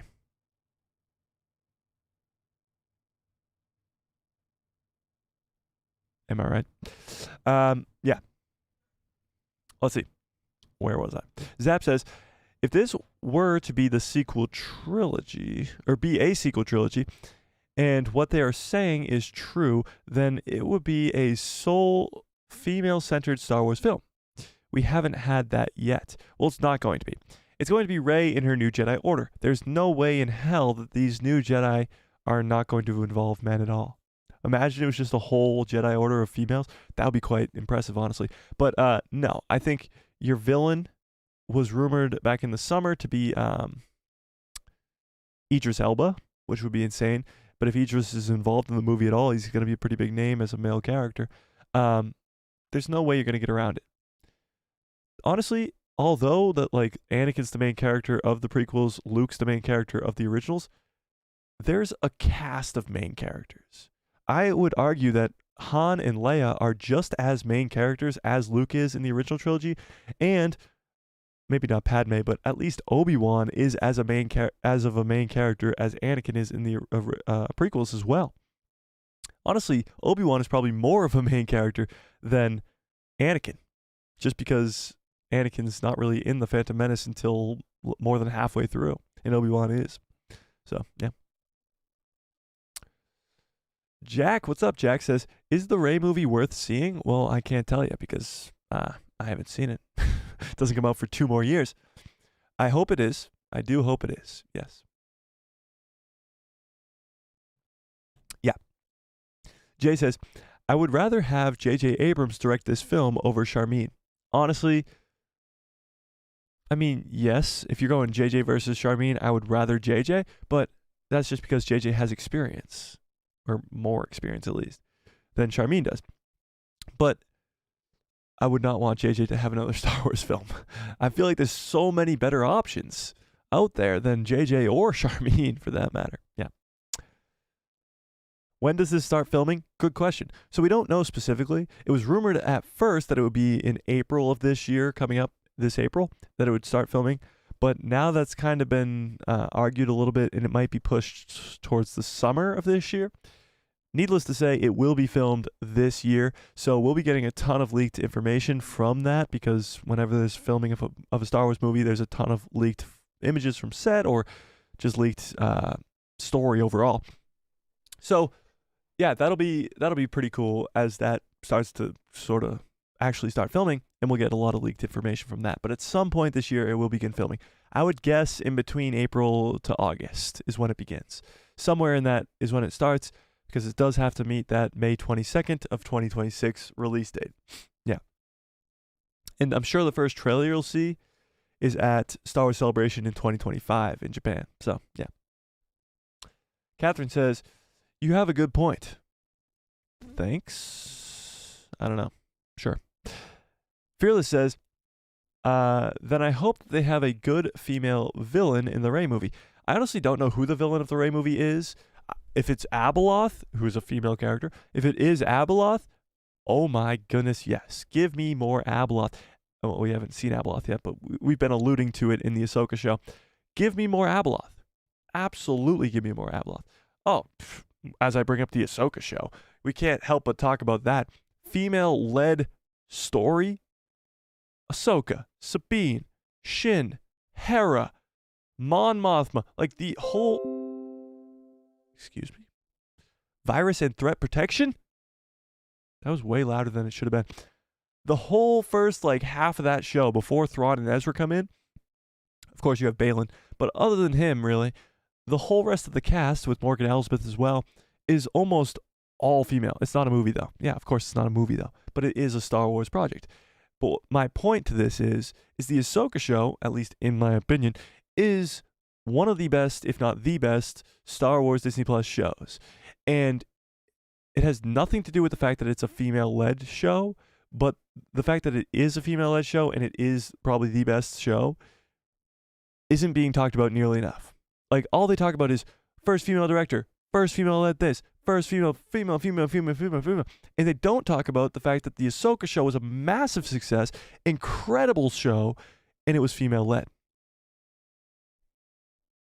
Just seems a little weird that they don't talk about that enough. Yeah. And a lot of those episodes were directed by females as well. Geeta Patel, I believe, was one of them. Rachel Morrison, I believe, was one of them. Did Bryce do an episode of Ahsoka? I'm not too sure. Yeah. Yeah. Where was I? Oh, yeah. Jack says, is Rey the character we really need a movie about in the first place? No. Absolutely not. It is not at all. But that is very funny, Fearless. Is that a fish? What the heck? That's hilarious. I didn't even know you guys could do that. So no, Jack, it's not. It's definitely not something that needs to be told, at least right now, specifically. I think there does have to be a new Jedi Order eventually. I really hope Grogu's involved with it, but it doesn't have to happen right now, no. I don't think it's probably the best bet either to make it now. Jay says, I would love that, Mike. Me too. Fearless says, oh, that was me with the bloodline thing. Yeah. Kylo and Rey aren't equals, Mike. They are a dyad in the Force, but honestly, Rey is the main hero of the movie. So honestly, no, I don't think she is. I'm sure if you look up their screen time, Rey probably takes up a lot more than Kylo. Actually, let's do that. Why not? Let's do it. Kylo Ren screen time. Let's see if it just tells me. Kylo Ren's screen time is 1 hour, 2 minutes, and 29 seconds. 1 hour and 2 minutes. 1 hour and 2 minutes. Rey screen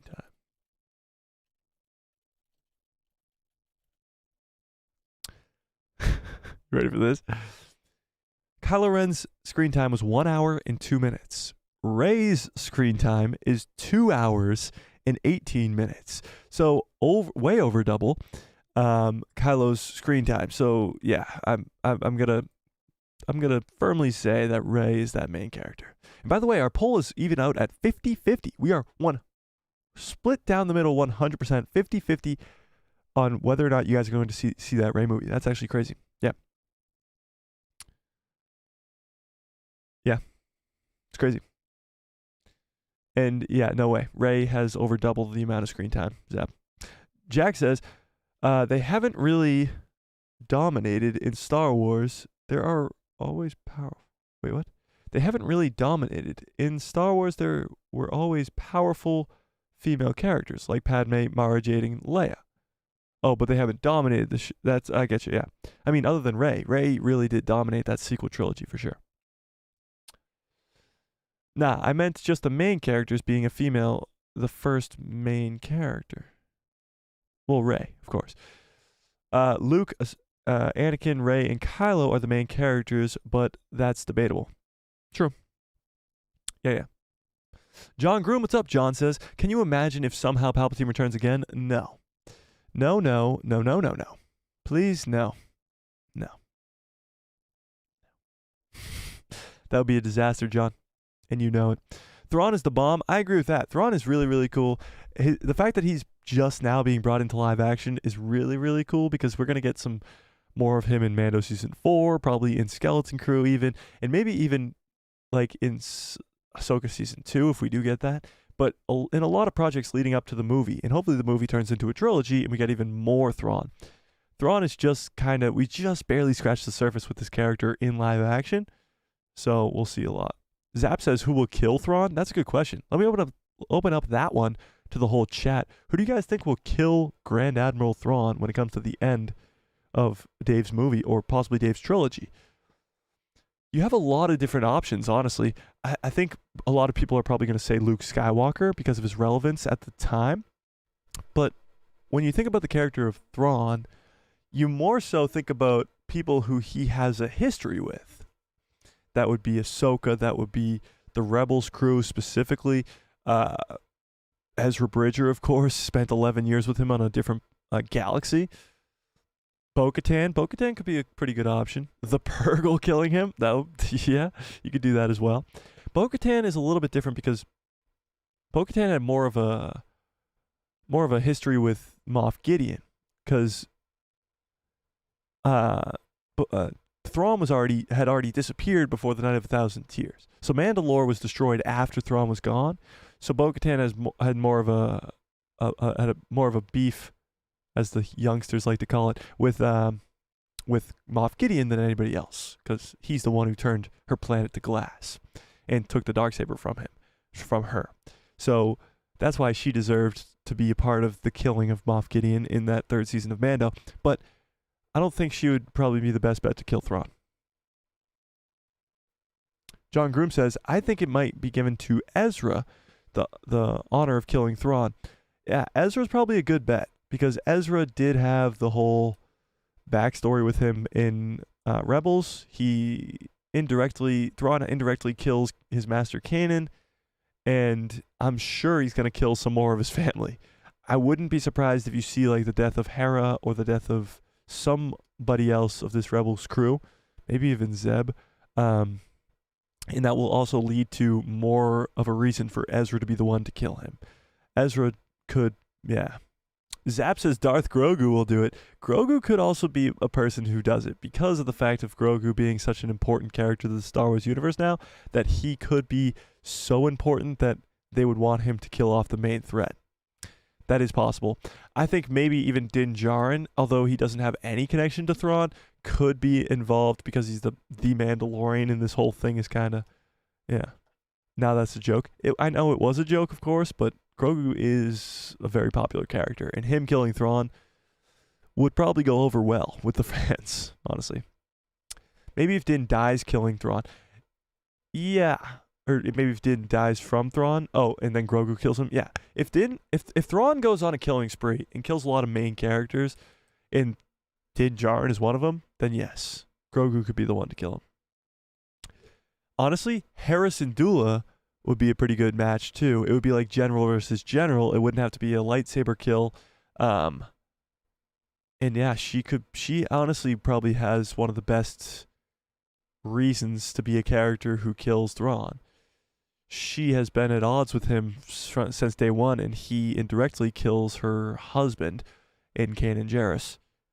That's definitely a possibility, for sure. Yeah. I don't know.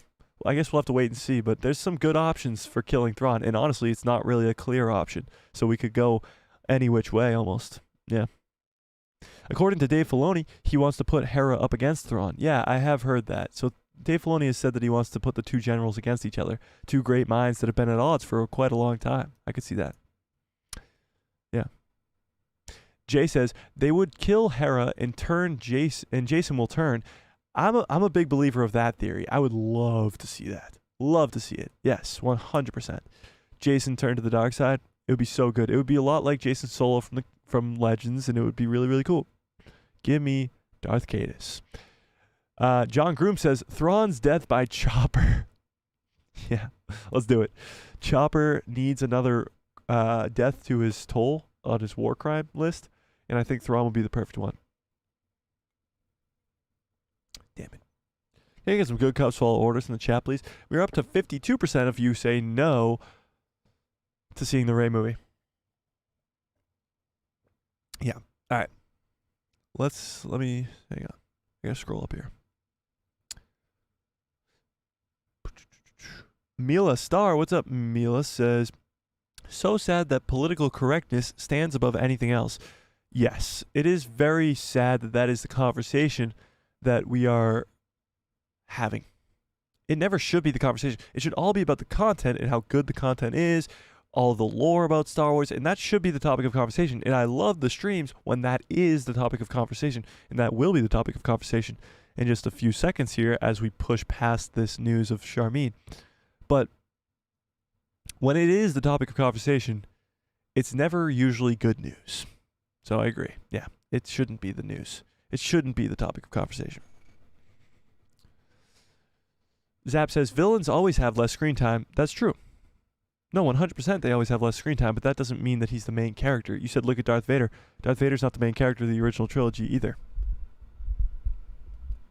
Yep. Yeah. Zap says, the ultimate war criminal, Chopper. Yeah. I appreciate the good cups of all orders as well. All right, let's move on. To Ahsoka Season 2. We got some bad news as it comes to Ahsoka Season 2, actually, as Rosario Dawson has spoke out about it very briefly. Let's dive right into this. This is coming from comicbook.com, and let's do this. So, Star Wars Ahsoka's Rosario Dawson has bad news about Season 2. Star Wars fans know that we haven't seen the last of Rosario Dawson's Ahsoka Tano, as Dave Filoni is developing a movie that will tie into the events of Ahsoka, of Ahsoka, Season 1, hopefully. But as far as getting another season of the TV series on Disney+, Rosario Dawson claims that there haven't been any actual talks of such a small screen return. Oh, like on Disney+. Get it? The big screen is the... I get you. Yeah, okay. Rosario Dawson and many other members of the cast and crew have expressed their enthusiasm for a Season 2, but knowing that talks haven't happened since Season 1 was released will come as a disappointment to fans. It's possible, though, that last year's writers and actors strikes are what impeded with such conversations. So Rosario Dawson claims that there haven't been any conversations about a second season. Now, could she be lying? Of course, that's always the case when it comes to these actors in Hollywood. They could be lying to stop from leaking, getting out, and all that stuff. But I guess, let's just read on, because she was on this, when asked about this on the Dagobah Dispatch podcast, about there being talks with her collaborating on a Season 2, Rosario Dawson confesses. Hang on, before we get into what she says, how come Rosario Dawson's on the Dagobah Dispatch podcast and not this one? Huh? Was she not like the people who love Star Wars or something?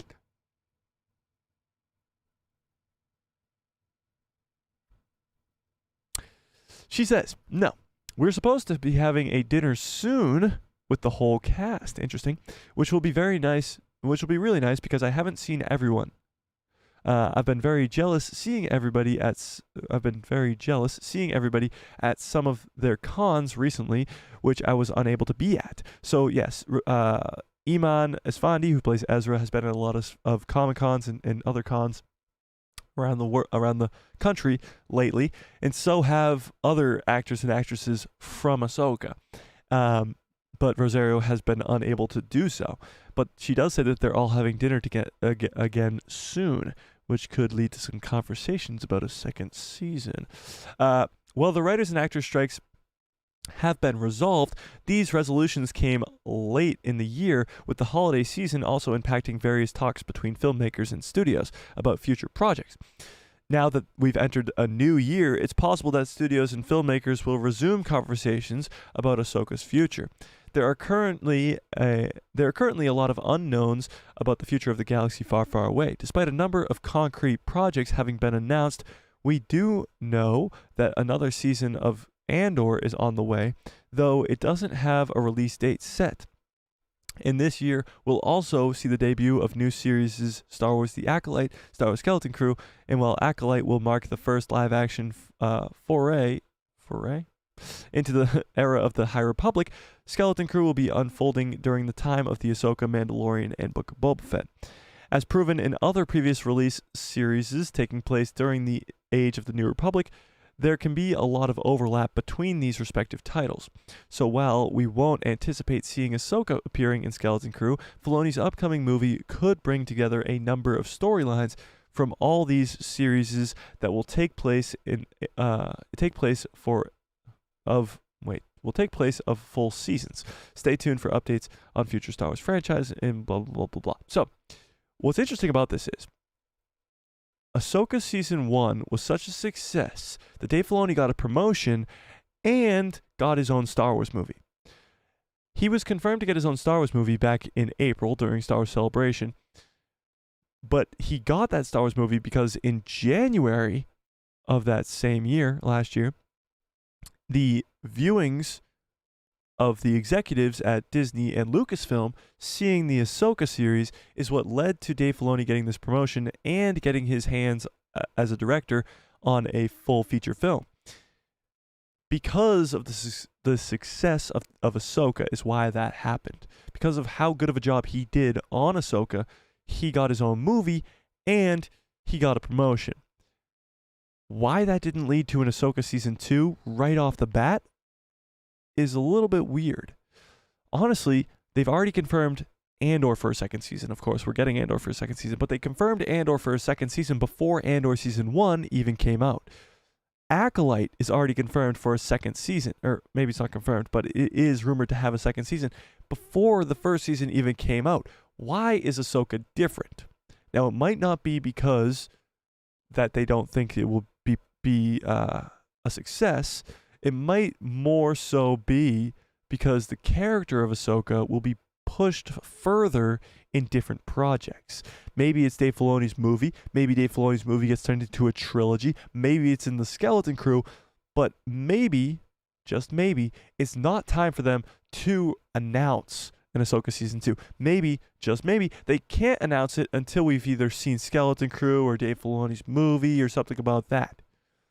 It's possible that the Ahsoka season 2 is already been confirmed behind the scenes, but they can't announce it. Or, maybe possibly a little bit different than that, Ahsoka season 2 will never happen, but the stories of those characters will be continued in movies or in shows or somewhere else, just not in an Ahsoka title. I think there will be a season 2 of Ahsoka. I just think they're holding out on announcing it. I think Rosario probably knows about it and is not telling us about it. But I'd love to see what you guys think about this. This is pretty damn cool. Because although it's bad news and Rosario is assuring us that she hasn't heard anything about a second season of Ahsoka, I don't believe her.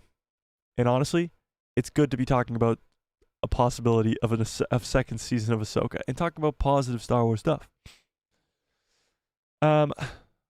Zap says, I don't know why she would lie about it, but yeah, actors lie all the time. Well, she would lie about it because if she told the truth and she said there is an Ahsoka season 2, well, that would be confirming that before Lucasfilm even does so.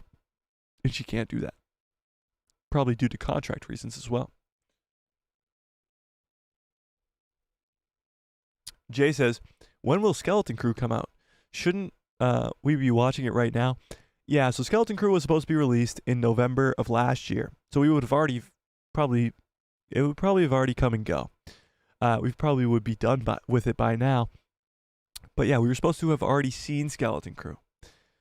Now it's been delayed. We thought it would be delayed until early this year, 2024. But now it seems like it's going to be delayed till probably later on. And that's kind of a bummer. I wanted to see Skeleton Crew pretty badly, honestly. I just want a new Star Wars show to look forward to, have watch parties. The watch parties for Ahsoka were so much fun. I didn't think watch parties could be that fun, but they were really, really fun. And yeah, there's nothing like it. Getting excited for a new episode of a new Star Wars show every week, there's nothing like it. It's just like Star Wars movies, going to see them in the theaters. There's nothing like Star Wars. Yeah.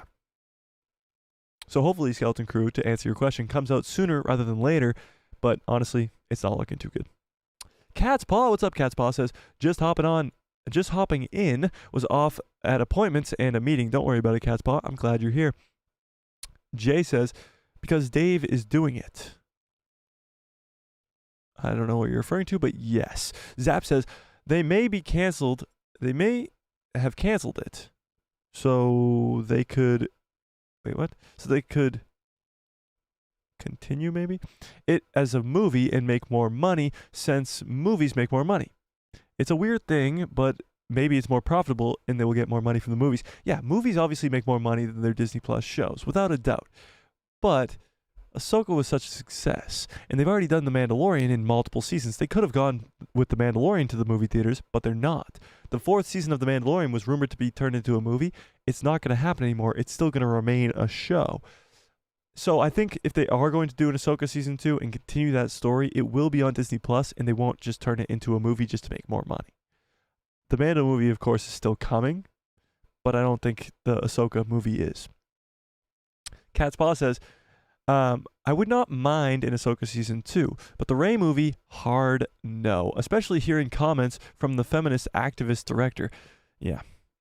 I know you just got here, Cat's Paw, but we literally went for like an hour and a half on that whole thing, so I'm just gonna brush past it. But yes, Ahsoka season 2 would be awesome. Rasheen Rose, what's up? Rasheen says, it's definitely going to be a second season. I agree. I think you will see a season 2 of this show. Fearless says, I still have hope for second season of Ahsoka, but either way, we'll probably be seeing her again in other projects. Yeah, this is definitely, we're not talking about the last time we'll ever see Ahsoka. That's just not what's happening here. Yeah. Zap says, yeah, you have to keep building your story to make a movie. But wouldn't Ahsoka be in the Mando movie? Honestly, right now, she wouldn't. Because she's in this galaxy very, very far away from the Star Wars galaxy. And with No Way Home. She's Spider-Man No Way Home. And I don't think she would be involved in the Mando movie right now. I think maybe if the Mando movie gets turned into a trilogy and the good guys lose in the first movie, then maybe they'll have to go find help. And that help might have to be Ahsoka. But as of right now, Ahsoka, Sabine, and Huge Wang are stuck on Peridia. And there's no hope of them getting home anytime soon. Yeah.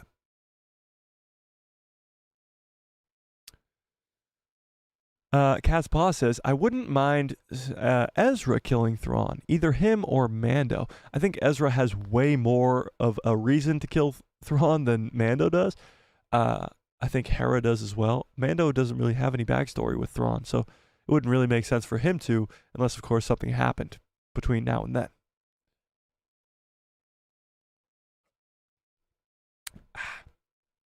Jay says, there will be a Rey movie trilogy or a Mando movie trilogy? Honestly, my theory has been since April, when these 3 movies were announced at Star Wars Celebration, the Mando movie, the Rey movie, and the Dawn of the Jedi movie, that all 3 of these movie announcements are the beginnings of new trilogies.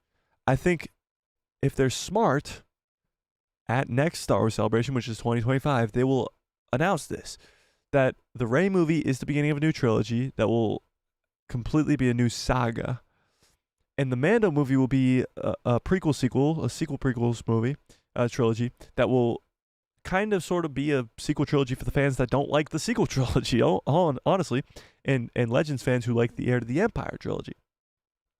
And then the Dawn of the Jedi trilogy is my most anticipated one for sure. Seeing the Dawn of the Jedi, the first ever Force users as they split into the Jedi and the Sith and all this other conflict that they have, exploring, explaining, writing down the ancient texts, all this stuff. That'll be so damn cool. Creating the first ever Jedi temples, seeing the Seeing Stone be created on Tython, like those things in a trilogy would be awesome. So I do believe, and it's a bold theory, but a one that I really want to happen, that all those movies that were announced at Star Wars Celebration earlier last year are all going to be beginnings of trilogies. Yeah. Cat's Paw says, I can't wait to play the playback then. Yeah, this was quite the stream on the first hour and a half. It still is quite the stream, but we had to toe the line very closely. And that Yahoo article really just hit it out of the park. Yeah. Zap says, but the Mando movie is years off, so she could be back in the main galaxy between now and then. I agree. I think she could be, but she also might not be. The Mando movie is most likely going to come out in the December release date that they have, December something of 2026. So you're talking about only 2.5 years, 3-ish years from now. And that's not that far. Of course, if Ahsoka Season 2 happens before then, I think Ahsoka will come back to the galaxy. But honestly, I don't want her to. I would way rather her stay there. The good guys lose in the first movie, and then as the trilogy goes on, they have to go get Ahsoka for help, for backup. It's like their only answer. Thrawn takes over Coruscant, Thrawn's taking down everybody, and they have to flee to another galaxy to go get Ahsoka for help. That would be amazing. Yeah. Cat's Paw says, I would definitely watch a Mando trilogy over a Rey Palpatine trilogy. Oh, me too, 100%. But I think we, at some point, are going to have to move past the sequels with hopefully a character like Grogu instead of Rey. But at some point, the story has to continue. And if it's a Rey trilogy that we need to have, hopefully it's a good trilogy. Fearless says, and we want to know what's going on with Baylan. Yes, we do. We desperately want to know what's going on with Baylan. And if we don't get a season 2 of Ahsoka, that story might not be revealed for a long, long time. If he's really being called out to by Abeloth, that might be a story that we don't see for years, which would really suck. Yeah. John Groom says, if Thrawn killed Bo-Katan, then Mando would be gunning for him. Yeah, that could be it. I mean, if Thrawn goes on a killing spree and kills a bunch of Mando's loved ones, or people that he finds near and dear to his heart, then yes, that could definitely happen. For sure. 100%. Yeah. Mila Star says, is the Rian Johnson trilogy still happening? Haven't heard anything about it in a while. Last we heard from Rian himself and Kathleen, I believe, yes, it is still happening, but it's like not happening, if that makes sense. So Kathleen said, of course it's happening. Yeah, just ask Rian. It's of course happening. Ryan's a busy man over at Netflix. And Ryan's like, I'm a busy man over at Netflix. So I don't think it will ever happen just because of the fandom's hatred for the guy. But yeah, I mean, you never know with Star Wars. As long as Kathleen Kennedy's in charge, you really never know. Cat's Paw says, they need to recast Baylan so that we can get more of his story. I agree. I think we definitely need more of his story, so the recast is probably the only answer. Yeah.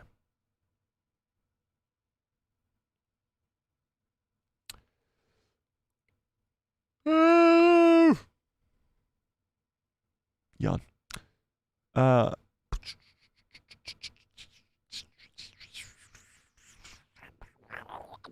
Zap says, make Ahsoka season 2 by then. I agree, they could, for sure. Yeah, maybe she'd be back by the second Mando movie. Yeah, so if they make Mando a trilogy, she could be involved in the later half of the trilogy, but I think they should leave her out for the first. Yeah. Hale, what's up? Hale says, I'm late. Yeah, you are. What the hell? Just kidding. Much love. Caspar says, yes, Grogu over Rey movie. I think Grogu is going to be the future in post-sequel world, which could be really, really cool. But honestly, I don't see it happening for a long time. I think they're going to explore Grogu as a young child for a long time in the Mandoverse, and then probably as a teenager in the post-sequel world. And you won't see Grogu looking like Yoda. That's for sure. You won't see that. And maybe you will eventually, but not for a long, long time. They're going to give us a young version of a Yoda character in Grogu. And Grogu as young Yoda is going to be so cool. Yeah. I can't wait to see it. Fearless says, to be honest, I'd love new stories with new characters and movies and shows. That's not so bad. That's why I'm excited for Skeleton Crew and Acolyte. Yeah. I think if we move past the sequels without the sequel characters, we're better off.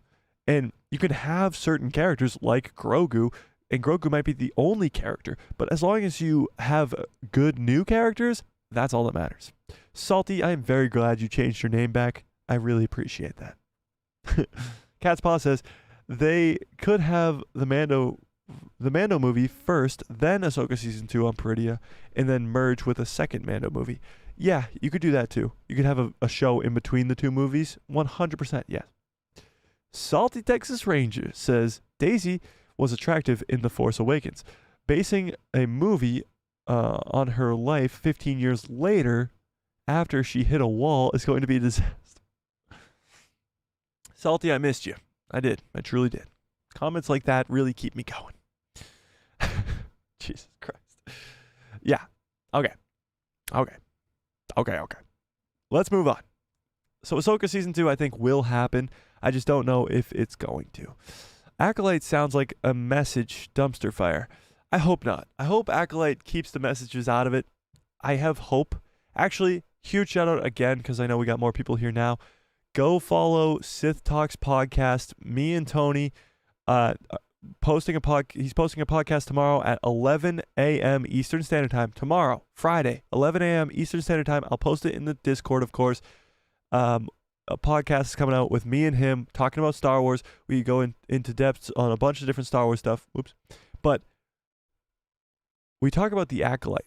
And what's interesting is he went to Star Wars Celebration last year, and he talks about it in the podcast. So go watch that tomorrow. But he went to a panel where Leslie Headland spoke, and this was before all this stuff about Leslie Headland came out, about how she was talking about stuff about George Lucas and all this other stuff. And this was before any of that happened. And Tony said, and this was his words, she was almost like a female version of Dave Filoni, the way she spoke about Star Wars. And that alone, honestly, we know what she said in the past, but those clips from her are from like 7 years ago. And I know they were still ridiculous. She never should have said that stuff. It was stupid. But if she's anywhere close to a female version of Dave Filoni, that show could be really, really, really, really good. Hopefully it's not about messages. Cat's paw. Hopefully not. Yeah. All right. Wait, what? What is this? Oh, we'll get to that in a second. All right. This is coming from Star Wars Newsnet. This is pretty damn interesting. So, give me a 1 into the chat if you saw the movie John Wick 4. Give me a 1 into the chat if you saw John Wick 4. I did not. It came out early 2023, early last year. John Wick 4. Tell me in the chat if you saw that, because I did not. Salty says too. Okay, thanks. I did not. However, I did hear that it was a really, really good movie. And the John Wick movies have been pretty solid, but I have heard that the fourth one really was good. With that being said, this is the new rumor.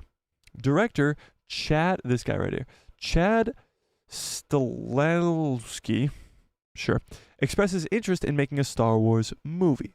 The director behind the John Wick films, Chad Stahelski, shared his desire to direct a Star Wars movie, speaking with Josh Horowitz on the John Wick's Chapter 4 watch-along. Stahelski said, when discussing other franchises, he'd like to direct what he'd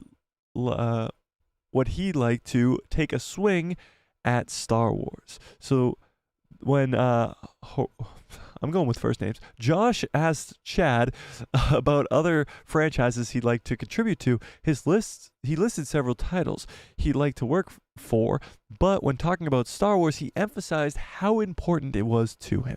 So this is what he said. I'm a Star Wars guy. The first Star Wars changed my life. Maybe someday out there, Disney, if you're listening, hit me in a couple years.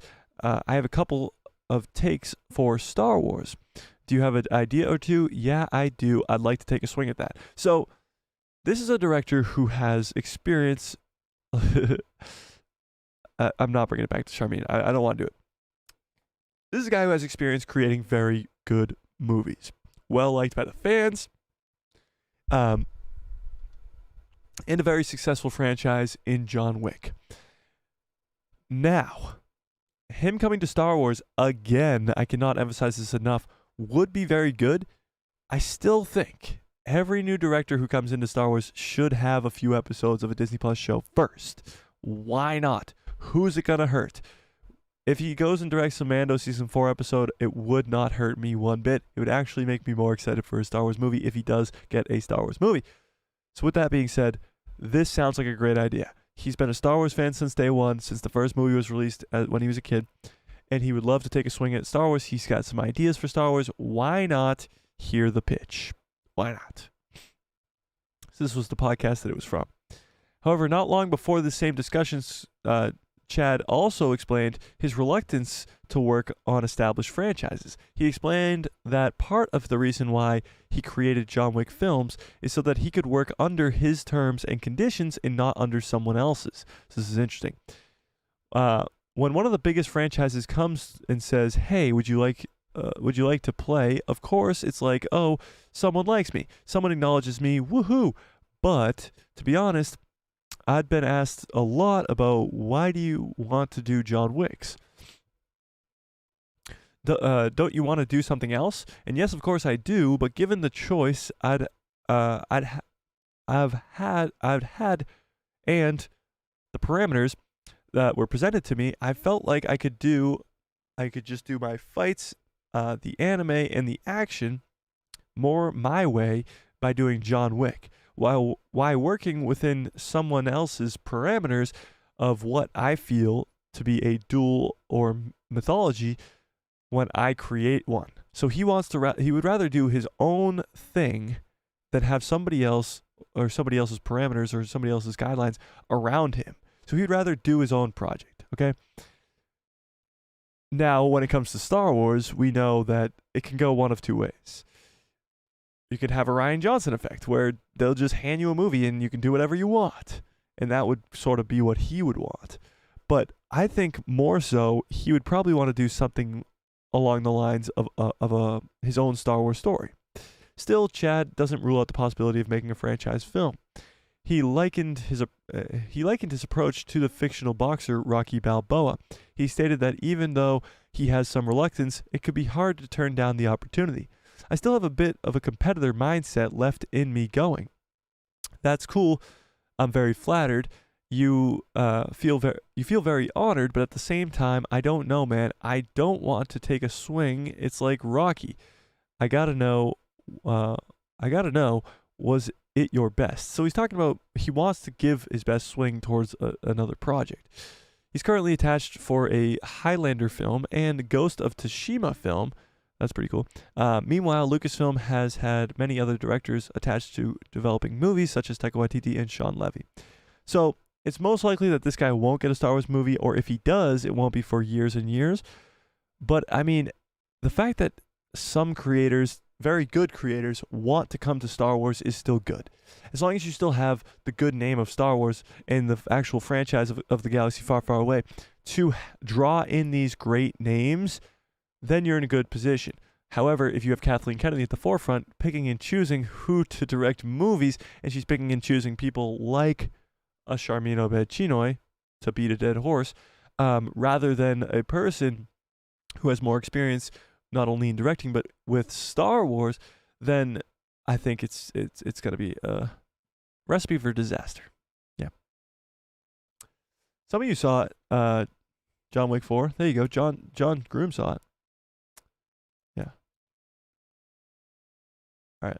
Let's see. Catherine says, I think Star Wars people are sorting out all these ideas you mentioned because the 50th anniversary is in 2027. I think the Star Wars people are sorting out all of these things. I don't know what you're referring to, but yes. Salty says, why would he want to destroy his directing career like that? As Kathleen Kennedy announced he will be let go due to creative differences. Yeah, that's the problem. Is there's this big lady at Lucasfilm named Kathleen Kennedy that a lot of creatives don't want to deal with. And that's why, although directors want to come to Star Wars, they don't want to deal with Kathleen. Catherine says, I think that the 50th anniversary is going to require a lot of planning behind the scenes. Yes, it is. If there's not like A New Hope blasted into theaters all around the globe, and they don't really take the opportunity to have this 50th anniversary thing as a big deal, that'll be a big missed opportunity. Salty says, although you can imagine if this guy directed Solo or the Book of Boba Fett, totally awesome. Yeah, it would be totally awesome. I mean, think about him as John Wick. John Wick is just fully straight action for like 3 hours. That would be what we would want with like a Book of Boba Fett type character or Boba Fett type character. Yeah. Zap says, I went to lunch. Oh, I went to lunch and I came back to the good news. Great job, Mike. I appreciate it, Zap, and I hope your lunch was really good. I'm gonna have to go eat some lunch after this stream as well. Cat's Paw says, oh my god, he needs to write and direct a Mando movie. That would also be cool. Yeah, him with Din Djarin being badass. That would be pretty cool. Need to keep Darth Kathleen Kennedy far, far away from the 50th anniversary. I agree with that.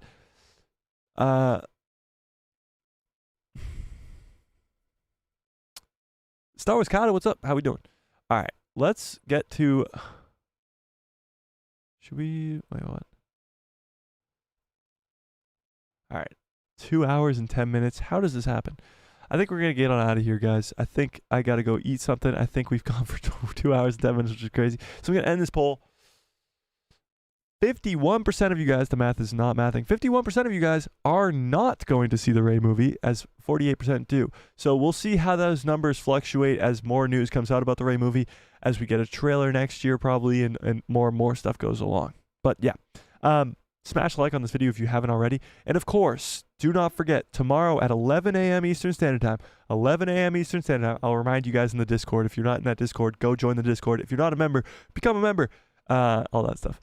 I forget to shout out the memberships all the time. So if you're not a member, it's only 99 cents. Best way to support the channel. Get instant access to giveaways. You get the cool lightsaber next to your name in the chat. All this other stuff. Blah, blah, blah. 11 a.m. tomorrow, Eastern Standard Time. Sith Talks. Let me pull it up again. Sith Talks podcast. Me and my boy Tony, we talk Star Wars for about 2 hours. It's very good. We pre-recorded it on Tuesday or Monday of this week. It was really, really good. And that's one you don't want to miss. So watch out for that, 11 a.m. Eastern Standard Time. Yeah. Catspaw says, was reading earlier in the chat, congrats on the Star Wars Meg shoutout. I haven't seen it yet. I want to see it. So somebody hit me up with that link. I want to see it. Hit me up with the link in the Discord or on DMs or something to this Star Wars Meg video. I got to see it. But I appreciate it, Star Wars Meg, if you're watching, and I know that you are. I appreciate you. I appreciate all you guys for Meg is a double-edged sword. She's an AI, actually. Just kidding. Much love, Meg. I appreciate all you guys for sticking with me for this 2-hour-plus stream.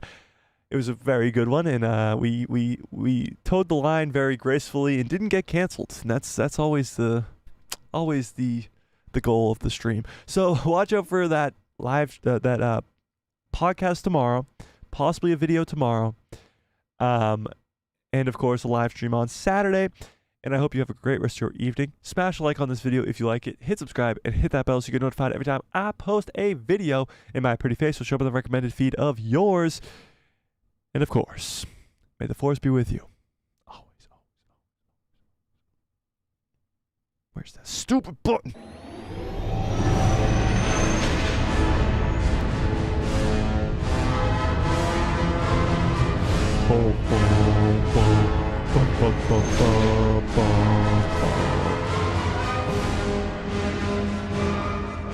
Oh yeah. What a great stream. What a great show. You guys are the absolute best. I cannot appreciate you guys more. Huge shout out to all you guys for sticking through this whole 2-hour stream.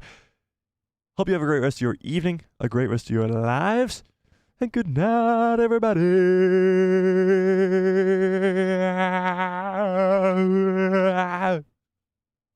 Somebody send me this freaking link to this Star Wars Meg video.